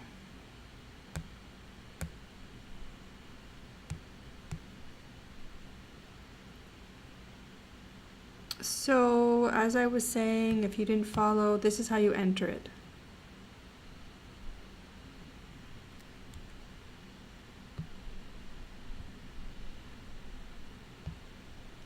Okay, so this is how you enter it. 300, interest rate, the PV, future value gets 0, and I get the payment. So now, the next question is, how much of the first 3 mortgage payments goes towards principal and interest? And I have a table here for you to fill in. I don't want you to fill it in like without thinking. The idea is for you to take to reflect on the table.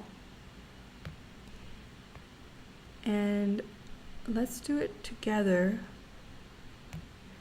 with a blank sheet so we can do that. In general, to calculate the interest portion of each monthly payment,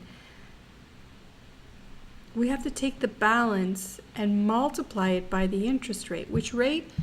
The monthly rate. So we fill this in, beginning with the principal at the outset of $100,000, computing the interest,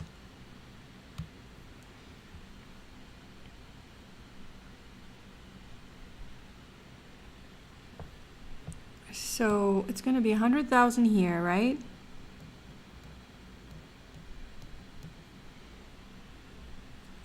And then use this table to help you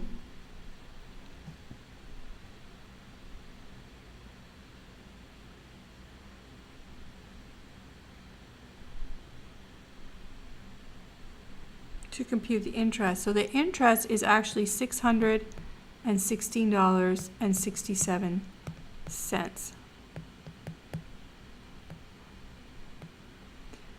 Wow, that looks terrible. I gotta do that again. So anyway, $616.67 is the interest. Remember that the monthly payment we figured out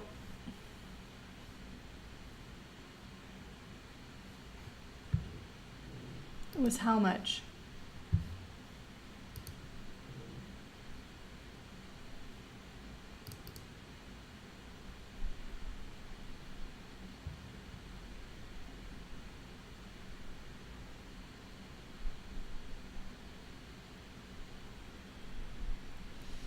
Okay, so you guys are catching up. Okay, I'm going to slow down.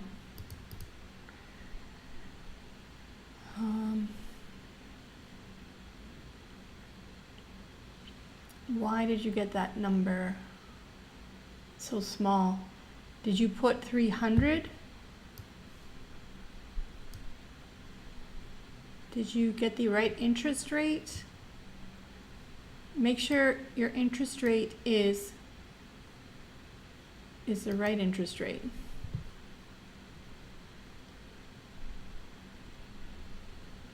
You have to multiply the 0.00616. You have to multiply that by 100 and put that in. That's right. Let me show that.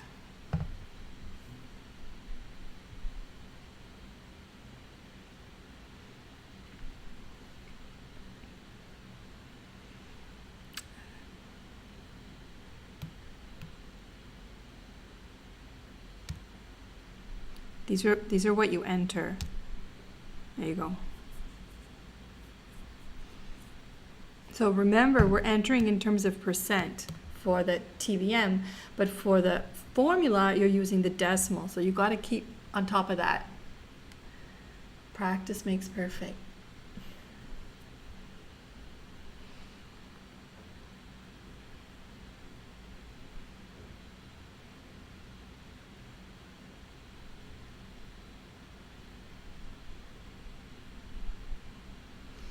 So hopefully you get that. All right, so now $732.50 is our payment. The interest was $616. So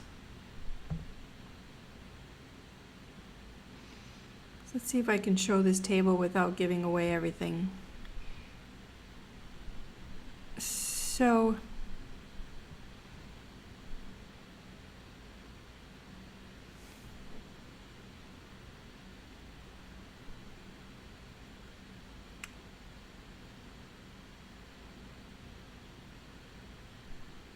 there's the payment, the first one of $100,000, and I compute using this, the rate that we computed, 0.006 in decimal form. I get, this is the interest that is accumulated after a month. I'm gonna go up a little bit more.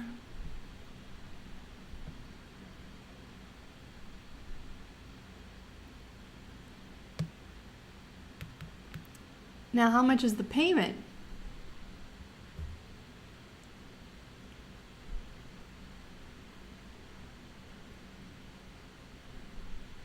Still can't see that. All right, so how much is the payment?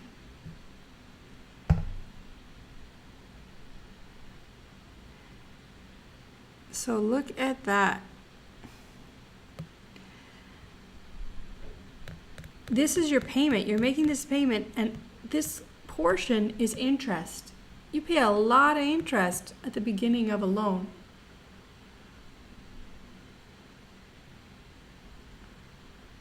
Then what?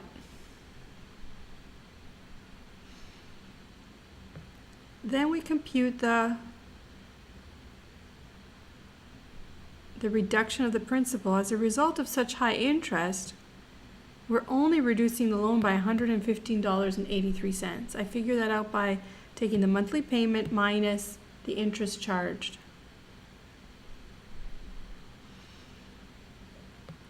And then I get my new balance. So this is my amortization table. You should be familiar with. If not, now you're learning it. Or you're remembering because you did this before. And then you carry this amount over to this year, okay? So this is what the balance is starting in the next, not year, this is the next month. So this is your balance at the next month. Now take that amount and multiply the interest rate. So this is how much interest you're paying. The monthly payment stays the same. So it looks like this is going to continue where you're going to pay less and less interest over time. So this is going to go down. Since your monthly payment stays the same, the amount that you reduce your principal actually goes up over time. And you see that in the second and the third row that I show you. All right, so this is the amortization table, and I just want you to be comfortable with creating that and seeing the amount of interest that you're paying up front and how little of the principal you're reducing.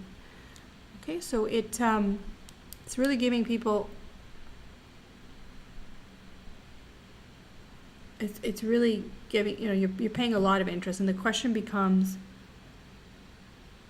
what is the total amount of interest you're going to pay over 25 years? Now, I'm not going to include the time value of money concept there. I'm just asking, in total, how much were all the payments?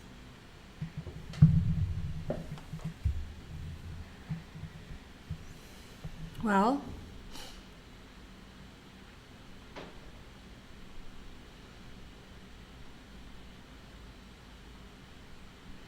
so out of the total payments are 300 times $732.50.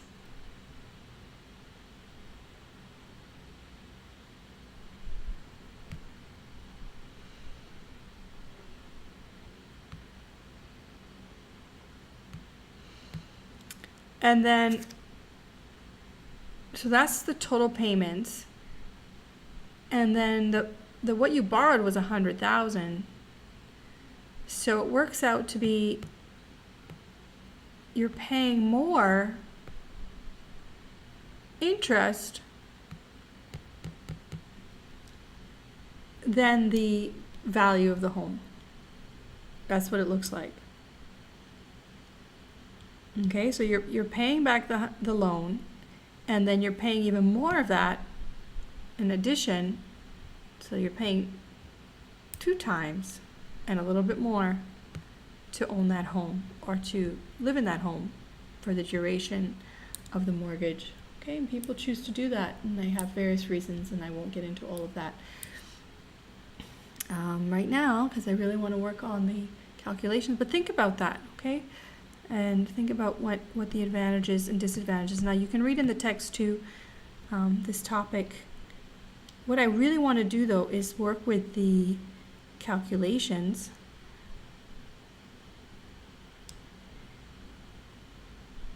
How about this question about the refinancing? So let's say I want to do something. Let's say I would like to renegotiate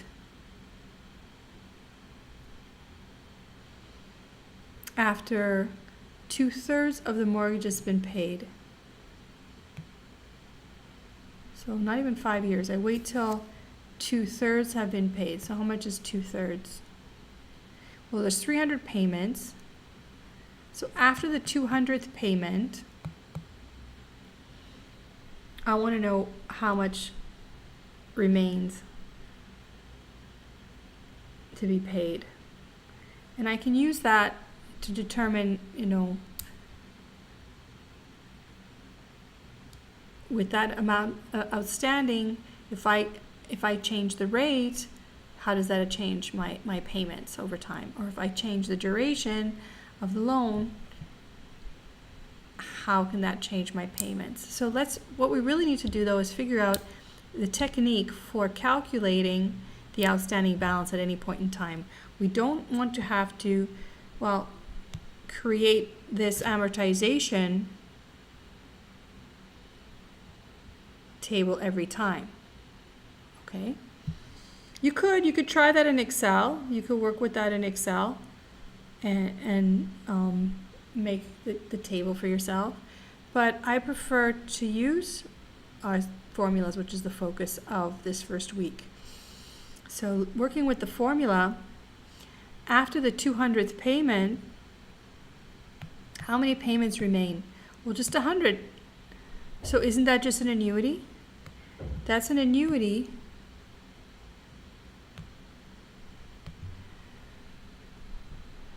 where the 201st payment is going to be the same as all the others, $732.50, and I want to figure out the present value, what remains to be paid. Well, what remains to be paid is determined by the payment and the interest rate and the remaining time on the loan.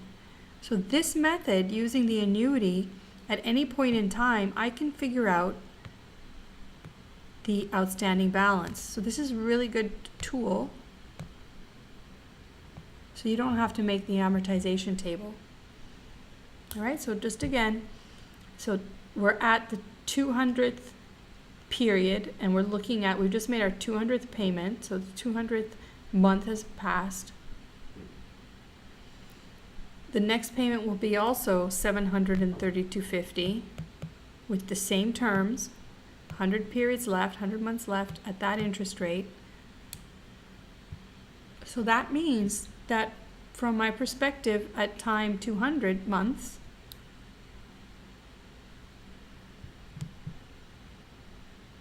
the outstanding balance is half, $54,000. So even though 2/3 of the time has passed, I still owe more than half the loan. So how is that the case? Well, you pay more of the interest down in the last portion of the loan. Okay, so this at the beginning, you're not really paying. Sorry, did I say interest? You're paying more of the principal down in the last third of the loan than you did in the first 2/3 of the loan. Okay, so the principal is paid down very slowly at the beginning, and then at the end it accelerates and you're paying faster. So anyway, that's the tool for answering that type of question. So this gives you an outline of the types of questions I will ask you.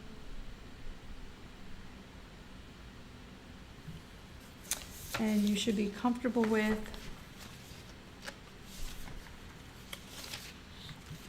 And I'm going to send you some more exercises. Right now, I want to introduce the idea of continuous compounding.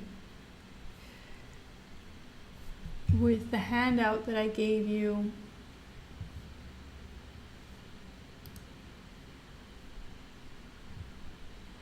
called continuous compounding. But I want to start back here with the equivalent rates.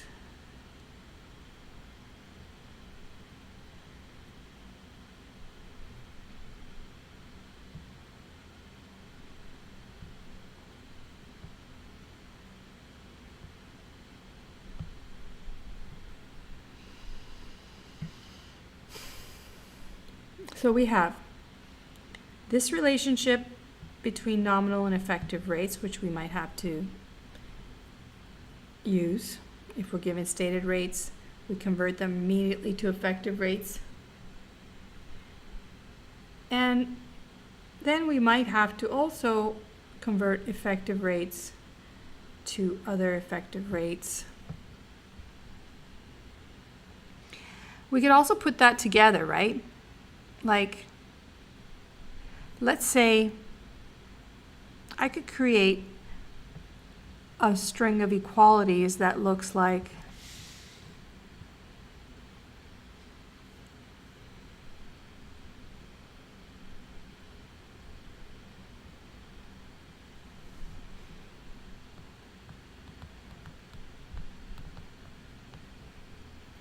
let's say I was given the semi-annual stated rate. So I would have to divide it by 2 before I put it in this formula, correct?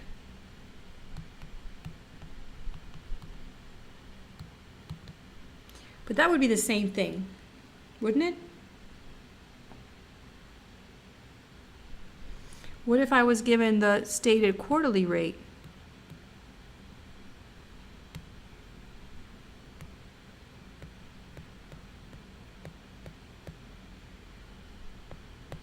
Isn't that the same thing?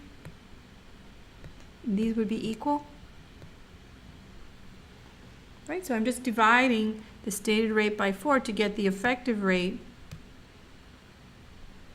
So you may have seen this form of the formula in the textbook, or you might have worked with that formula before, but that's the same one. So these are equal. So two semi-annual periods of compounding is the same as 1 year of compounding. And same thing with if I had the stated monthly rate, like in a mortgage, I would divide that by 12.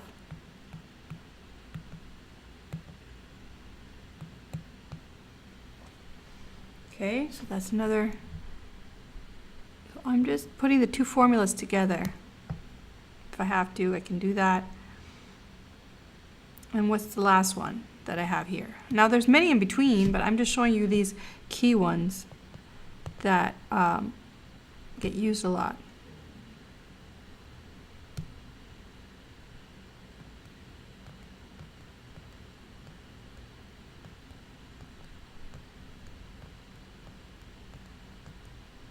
That looks messy, but I hope you know what I mean. So why am I doing this? So these are the same thing.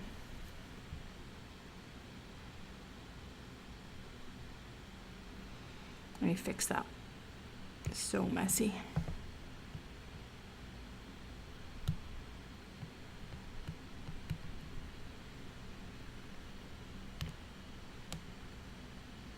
All right, so you get the idea, I hope.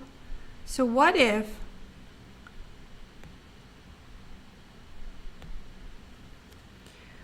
I have a rate? So this is going from 6 months to 3-month periods to 1-month period to daily period. What if the rate was stated continuously? What would that look like? Well, that would fall over here. It's a smaller frequency of compounding. But it would be funny because if it's continuous, then what am I dividing by? And what's the power? What does that mean, continuous? So I've given you a handout that will describe where I get this from. No, not describe, it'll use it, it'll apply it.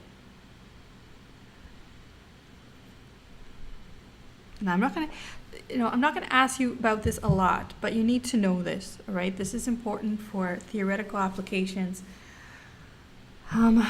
And you're going to see this again, so I'm responsible for showing you this. So what if it looks like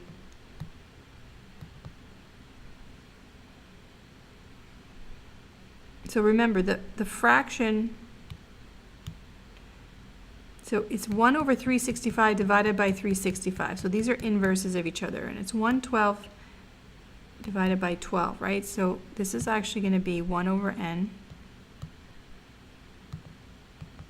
So it's divided by, so this is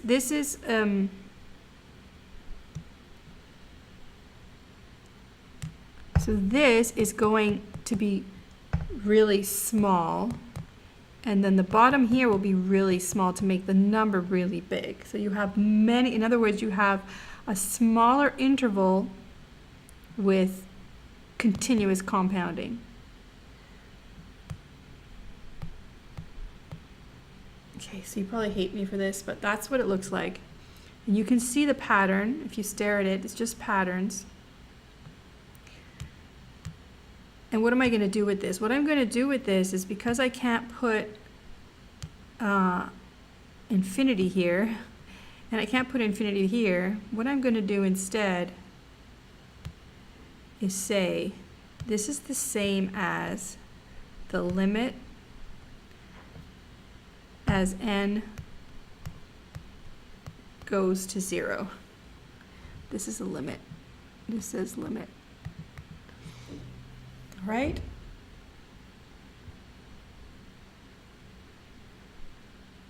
And I'm going to give that a name. That is the same as the annual rate compounded continuously.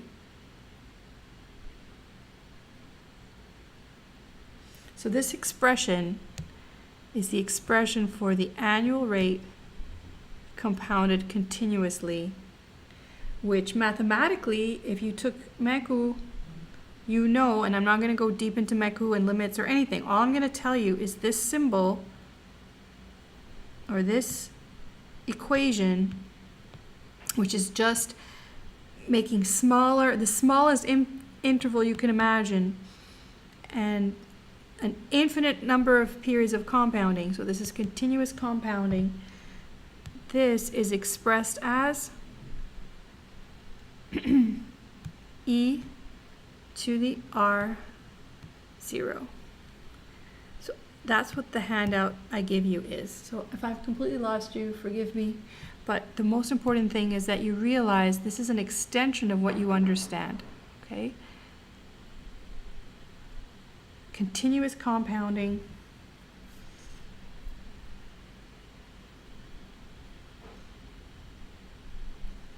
So all you need to know is how to interpret this, how to use this for now. So I'm going to pull up the handout I gave you.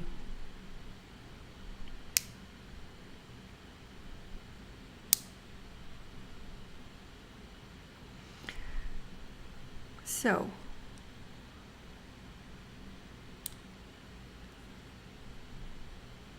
here it is. Given an annual rate, so it's like a stated rate, compounded continuously of R0, so that's the R0 part. The equivalent effective rate, the equivalent annual effective rate is this. So this is the expression. This is what you need to know. This is the portion I pulled together parts of that equivalency. So you need to know that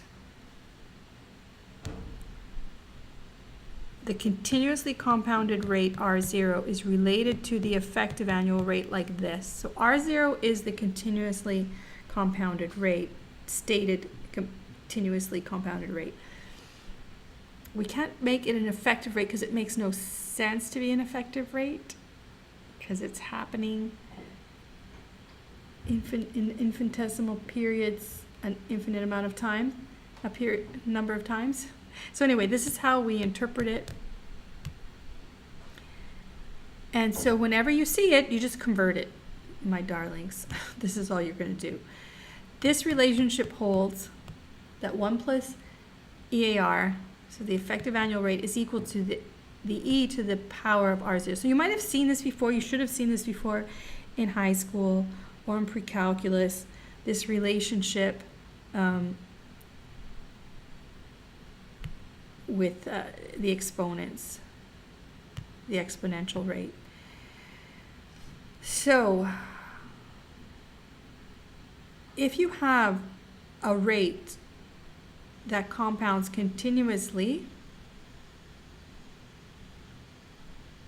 and you need to figure out the present value or the future value, you just do that.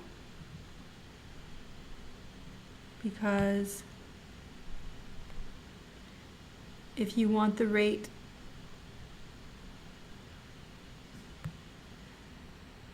I'm going to show you the exercise I have here. So if you want to know how to compute the present value of this security, this is your example. Your bank offers you a certificate which pays you $100 at the end of each of the following 3 years, carrying a stated annual continuously compounded interest rate of 8%. What is the present value of this security?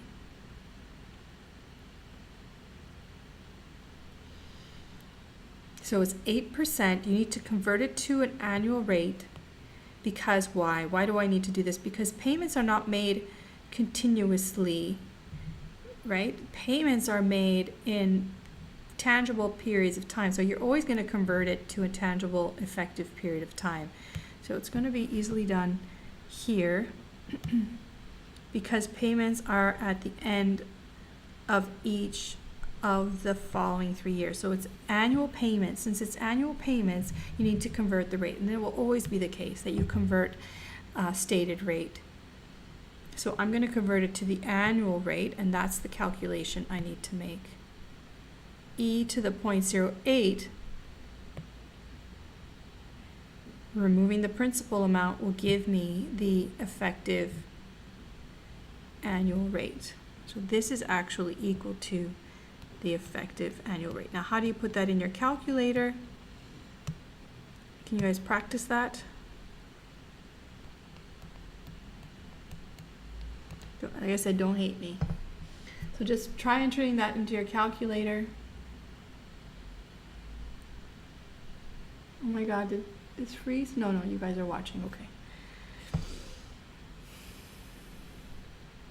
I'll give you a moment. So the point is, a rate might be stated continuously. You need to convert it because payments are not made continuously. That's not realistic. Payments are made either monthly, daily, here annually. So you need to convert it to the annual effective rate.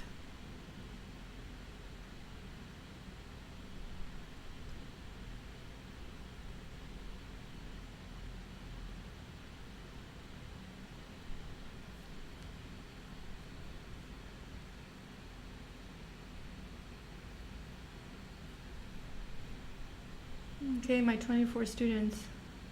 You guys follow? Can you at least punch that in?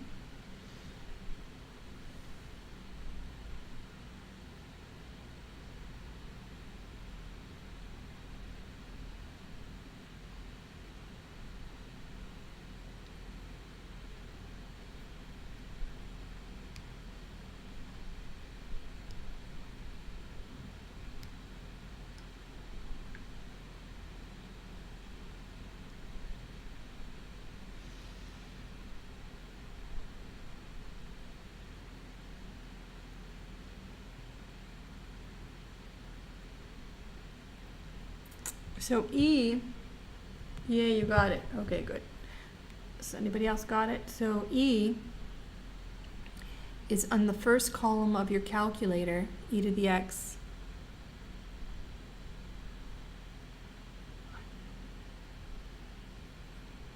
So I think you have to put the number first. So 0.08 you have to enter as a decimal.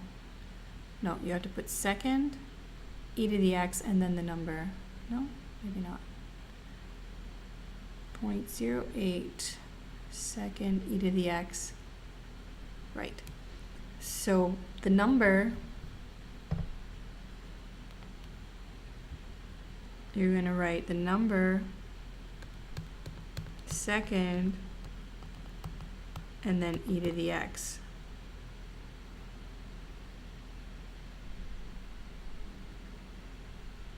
And that'll give you the value right away. Now, because of the relationship, we have to subtract 1, we have to take off the principal, and that leaves us the rate here. Okay, you guys got it, great. So now we're going to use that. You don't leave it behind us. That's the rate we're going to use, the effective annual rate for 3 payments that are the same. They're level, so we're going to use our annuity formula of 100 with that rate for 3 periods. And put that in storage so you don't lose the decimal places, right? Store this, store 1, and then recall it. So make sure you can get this answer.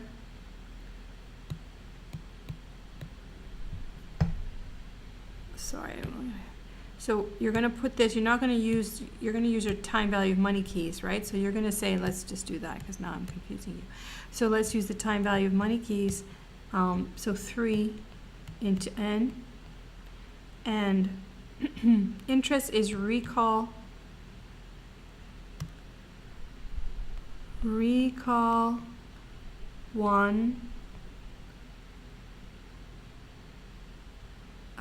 Well, depends if you put the decimal in there or not.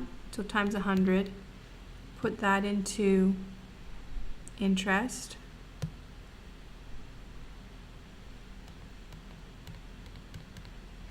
And then PV is what we want.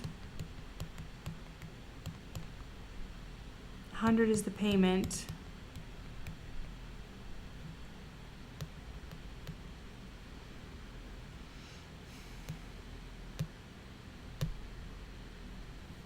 What happened? I lost everything here. Okay.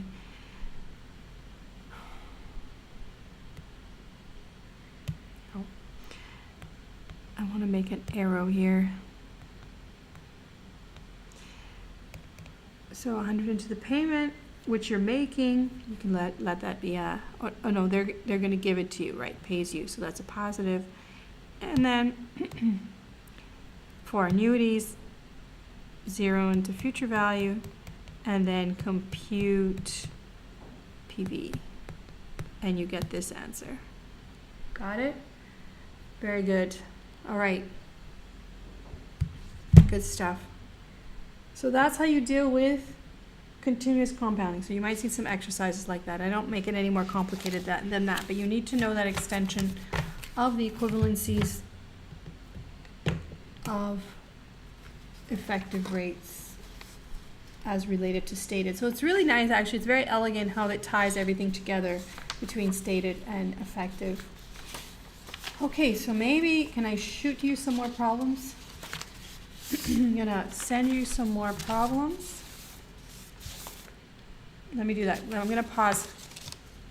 We still have some time, so I'm gonna take just a break. I'm gonna turn this down 5 minutes, no more than 5 minutes. I'm gonna send you some problems.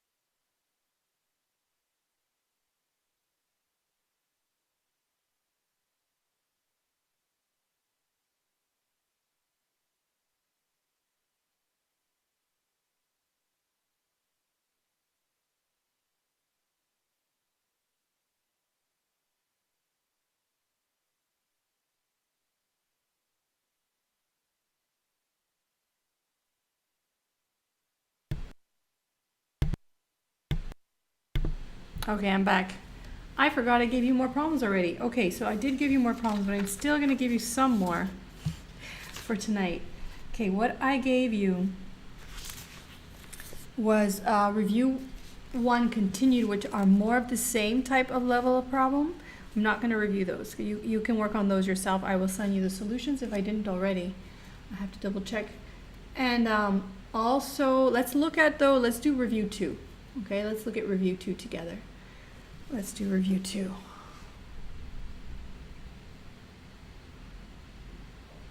Yeah, let's do review 2. Review 2 is a good one to end off today.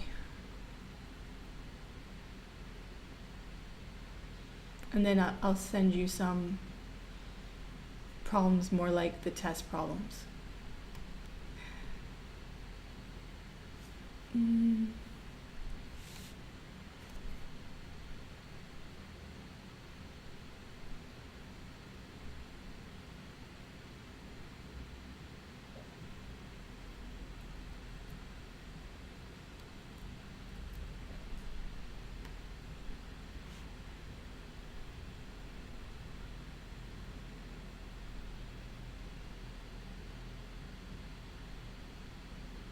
Okay, so I already have them here.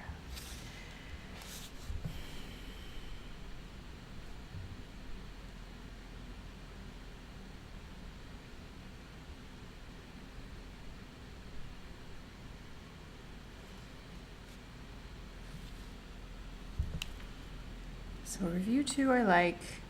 Did anybody try review 2? Did anybody try review 2?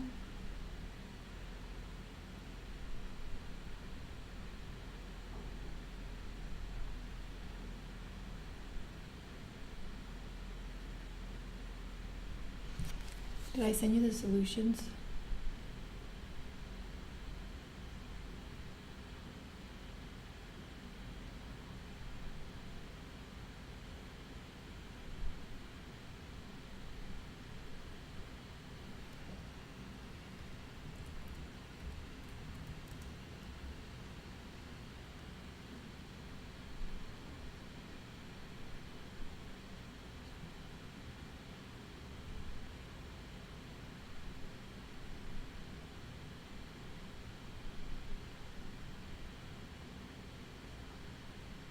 Oh, and I did discounting and inflations too. Oh, that's right. We have to do that one.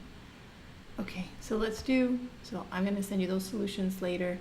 So let's look at review 2, and then we can, okay, so for tomorrow, prepare everything I've given you. I'll send you some more exercises.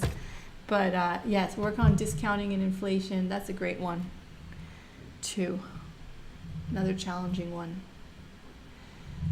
So, here we are, review 2. So I give you some instructions. This is like what my test will look like, okay? I give you instructions, read the instructions. There's multiple choice questions in this one. I don't think I'm going to give you multiple choice, but maybe I will. I don't know. It won't be all multiple choice, just solve problems. So this kind of style. So consider the following information on 3 bonds. Okay, this is a bond problem. What do I feel like doing? Which one do you guys want to do? Tell me which one you want to do. You want to do bonds? You want to do this perpetuity annuity thing? You want to do this comparison of cash flows? Which one do you like? Which one drove you crazy? Or you just want the answers? Maybe we should do the mortgage one. Review 1 continued is easy. You guys can do, unless you have questions on review 1 continued. I'm going to send you the solutions. I don't think I need to do review 1 continued. That's just extra for you to look at, okay? I'm going to do review 2. I will send you the solutions right away for those. I trust you can work through those. Here's another one. I don't know, I think maybe we'll do this mortgage one unless you guys have a preference. So So this is of the short answer. You must show all your work in the space provided. Okay, so there's just a couple problems here. Number 4. You want number 4, so I got a special request. Number 2, number 4. Okay, let's look at this. So this is very good. So this is important. Well, they're all important. But this is how would you approach this? So you need to find here, it's asking you the best return on investment. So which is going to give you the higher return? How do you figure that out? You have all these different stated rates. They're all stated. They're all stated because, notice, well, except for this one. This one has per year annual, so that is EAR. But the rest are stated. This one is R112, this one is R1/4, this is R1/2. So the only way you're going to be able to compare them, since they're so similar, is to convert them to the same rate and check which one has the higher return. So you need to convert them all. I would suggest converting them all to EAR. So that would be your approach there. Do you want to try that without me first? So you convert them all.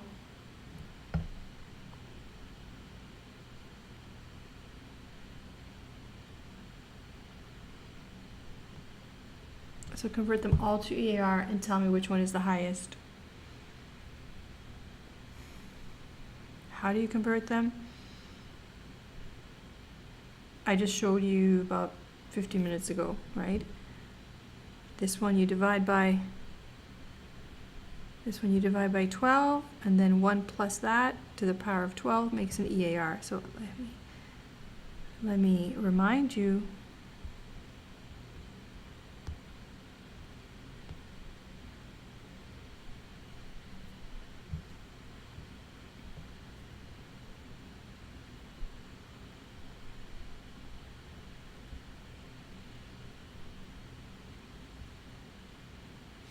This is precisely what I was showing you here. Whoa.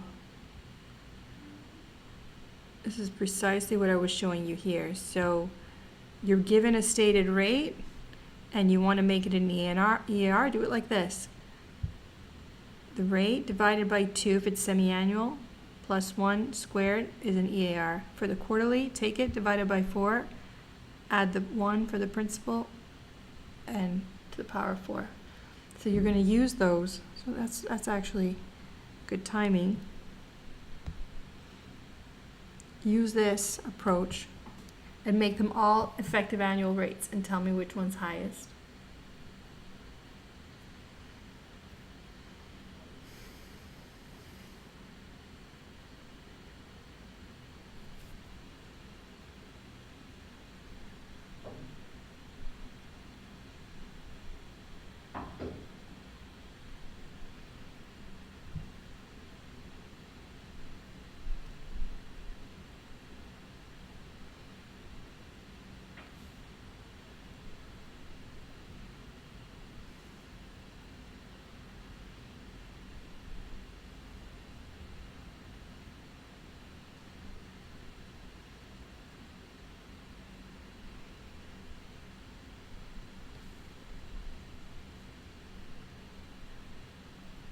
I'm just pulling up the solution so it's clearer.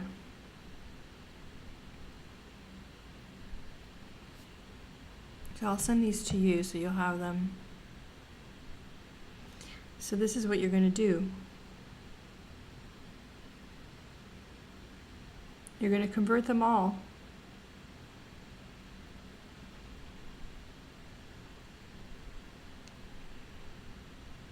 Which demonstrates that C is the highest as an effective annual rate. So that's the only way you can compare them. Otherwise, you're not comparing them in a fair way. Right? They have to be adjusted. So this is saying that in a year, if you bought A, you would earn 5.9 0.03983%, right? And for every dollar invested. And for B, you would, if you bought B, it would be 5.92, so that's even better percent. And then for the C, that's the most, 5.935.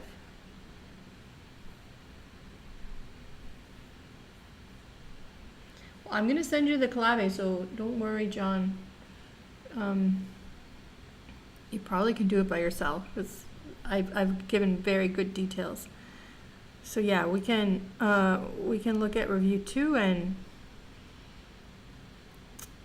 but any other questions you have, but I'm going to give you the claves, you can go through them.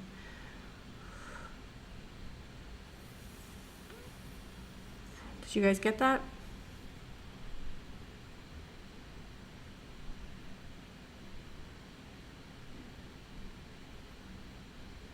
How you can tell is exactly the way it's written. So this says per year compounded monthly. It doesn't say per month compounded monthly. That's how you know it's an R. So that's R112. That's the handout I gave you before. If they're the same, like here, you know that they're the same, so that's effective.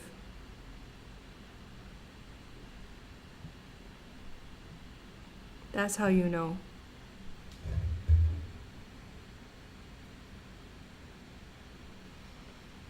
That's how you know, is the way it's worded. It says annual rate. When it says annual rate compounded, that's an R.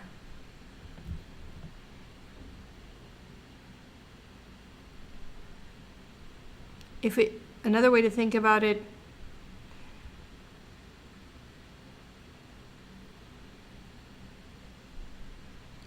if it doesn't say effective, then it's an R, okay? It should say effective. Okay, so I'm going to stop there. I'll send you these claves. I'll send you some extra questions with that we're going to look at tomorrow. And other than that, let me know if you have any more questions. Ask me questions now, just like the one you just asked.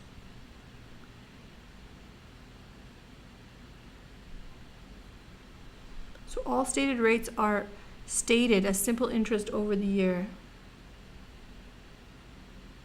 That's how you know it's an R.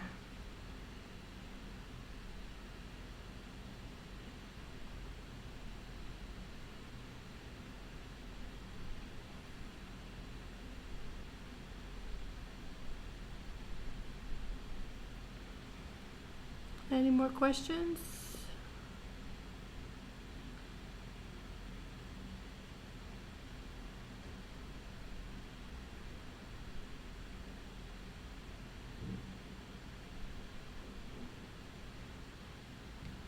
Do you want to do one more?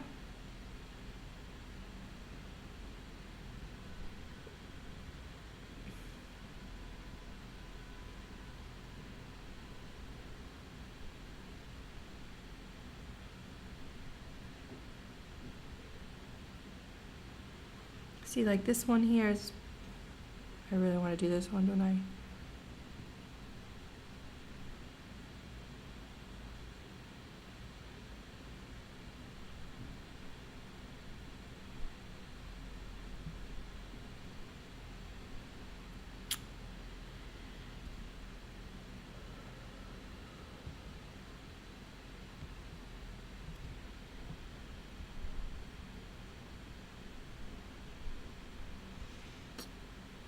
So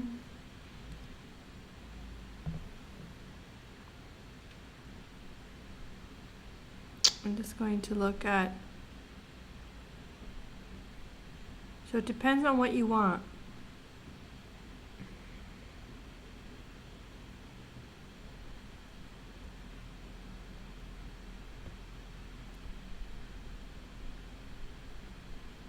To use the formulas, you need effective rates. So if you have a stated rate, you have to divide to get the effective rate.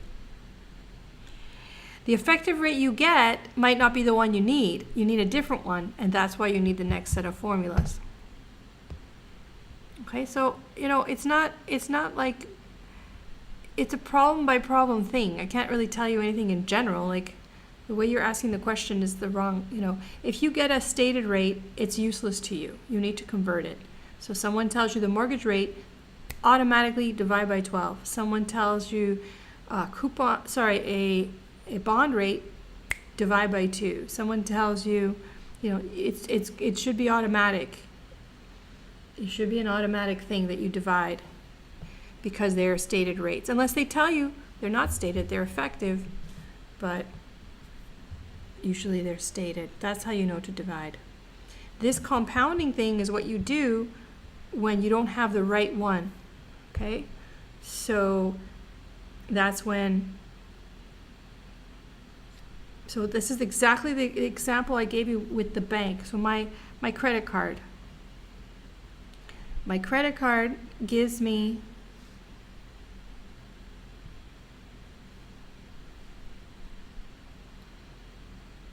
my credit card. So my credit card, all my credit card told me was this information. So I look at this and I know, because I took finance, I know that this number is not effective. I know that this number is actually R1 over 365. So I know automatically I have to divide that by 365 to know what I actually pay. So that's why I divide that by 365 to get this. Okay, so that's why I divided by 365 to get the effective periodic rate to use in my calculator for whatever, for formulas and things. Let's say I don't want the daily rate though. Let's say I want the effective annual rate. So then I have to change it again. All right? So if you want to separate two things, one is rates that you're given from financial institutions are stated. You usually have to divide them by something. If it's a credit card, divide by 365. If it's a mortgage, divide by 12. If it's a bond, divide by 2. Now that it's an effective rate, be aware that it's only effective in the same compounding frequency. If you need to change it, then you use the other formula. If you need to do something else with it. So again, practice makes perfect. If you don't see the pattern, let me know tomorrow. If you don't get it, what's going on. But basically, if it says effective, you can use it. If it doesn't say effective, be sure that you don't have to divide it to make it effective.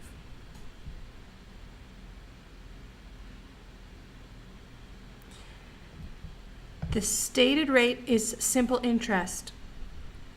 It does not account for compounding. So let's see.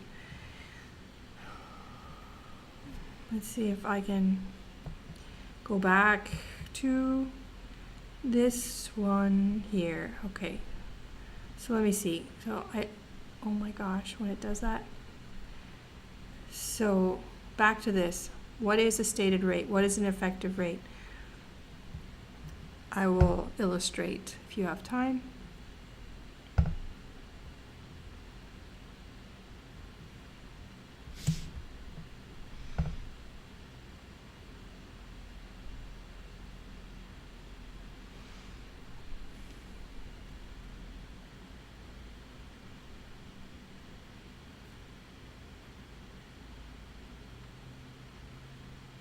Okay, let's say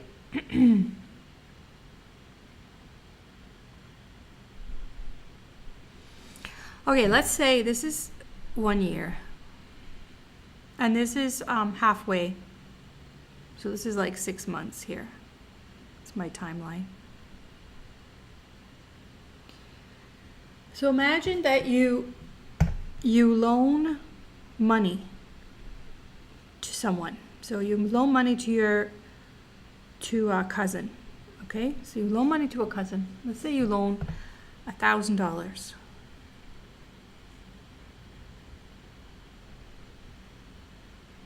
Actually, I'm going to put it here. So you loan $1,000 here.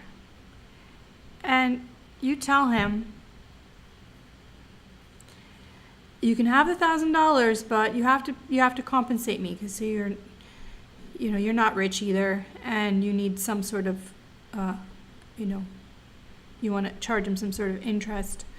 So, but you loan it, and you say, you know what, you got to give me back. But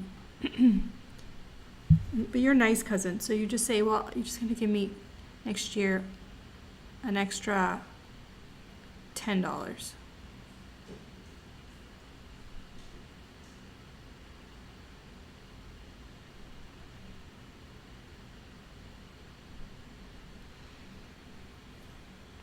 So what is the effective annual rate? What are you charging him?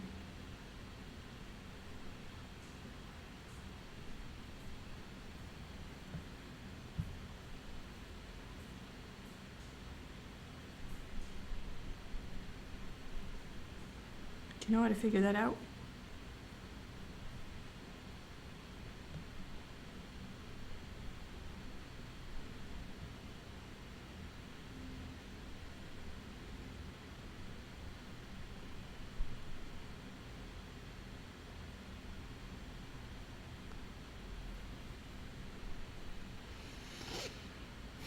So what you did was you charged him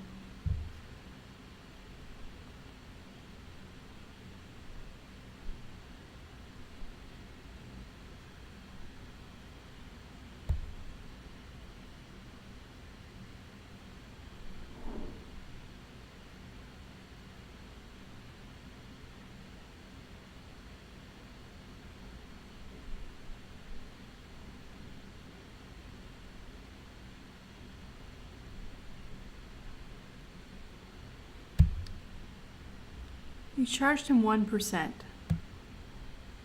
right? That's what you charged him. So your effective annual rate was 1%.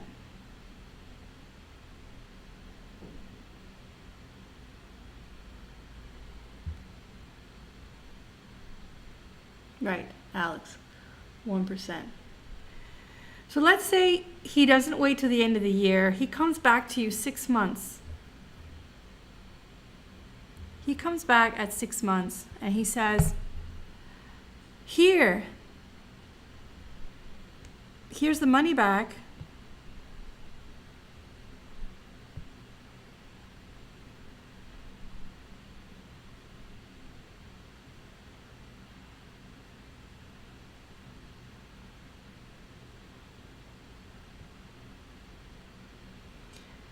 He comes back and he gives you $1,005 because he thinks, well, I'll just give him half of what I owe him after 6 months.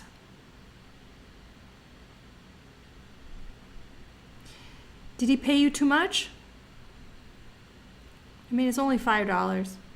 Maybe you won't say anything, but you're a finance student. Did he pay you too much?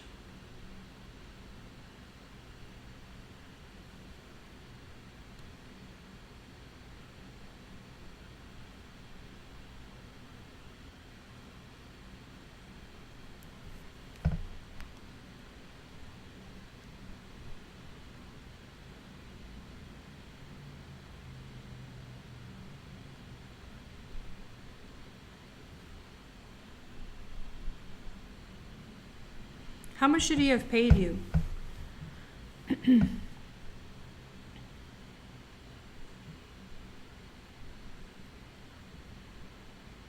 didn't pay you too much, that's right. It's not a big deal. So you just divide. You forget completely about finance. You're a finance student. You just think you divide 10 by 2. So what you've done is you've forgotten about the time value of money. find for me the effective semi-annual rate, and that will tell you what is the fair rate that he owes you. That's what the effective rates are.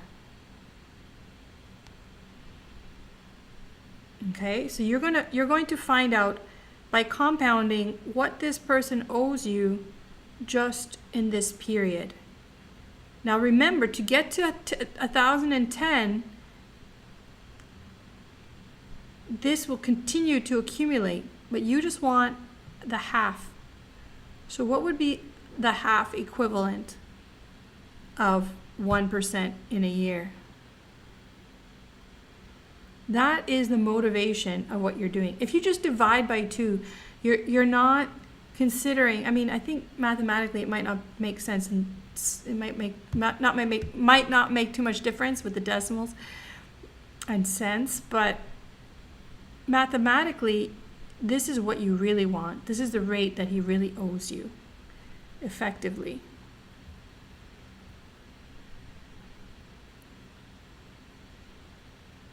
If you just divide by 2, you're treating the $10 as though that you're mistaking effective annual rate of 1%, and you're calling it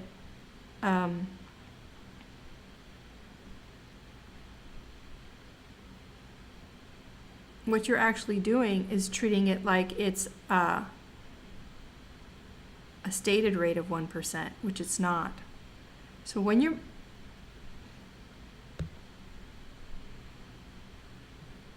So this is not correct.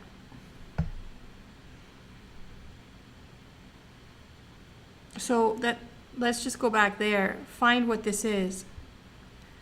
What would that be? How do you figure that out? You take the annual rate and you use the, right, it's smaller, very good. So it's going to be 1.01 to the power of 1/2 minus 1 times 100. Exactly. So you get it, kind of? So basically it's smaller, right? It's the point is, with compounding, so he only really owes you, well, you know, you're going to round it, but you could say, oh, you only owe me $4.99. Okay, so I probably should have used a little bit more in interest, but you're a nice cousin. And you just let him know, well, it's not exactly 5, it's a little bit smaller. I don't know if that helps you to understand the difference. I can use bigger numbers, but essentially this is the motivation for understanding effective versus stated, that just multiply. You need to use, so what you did to calculate that, just to show anybody else who's still here, is you did 1.01 and you said 2 of those should be 1, sorry, no, I did it backwards. Half of those should be 1 plus EPR 1/2. That's what you calculated. And you got 4 point.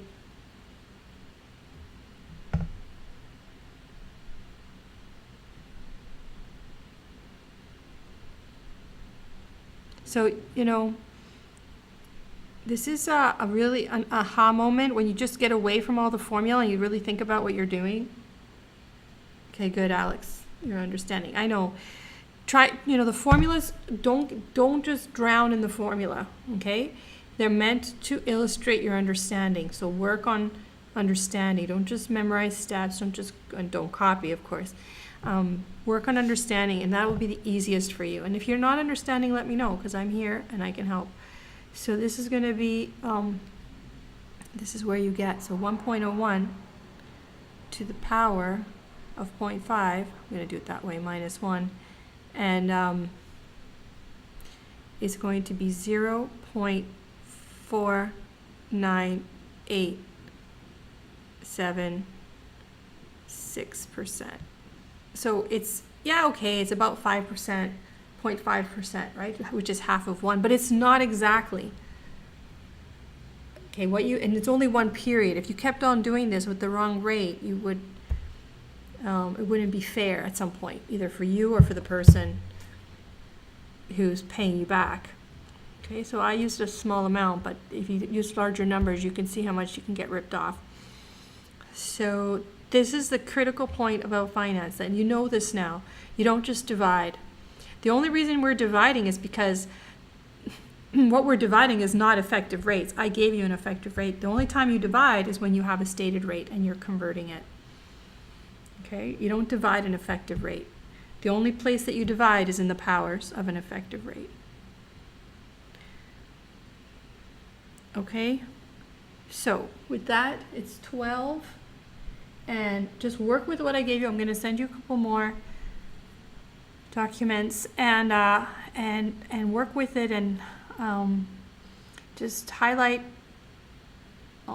use red pen, mark up the questions that you want me to repeat tomorrow in advance of the test on Saturday.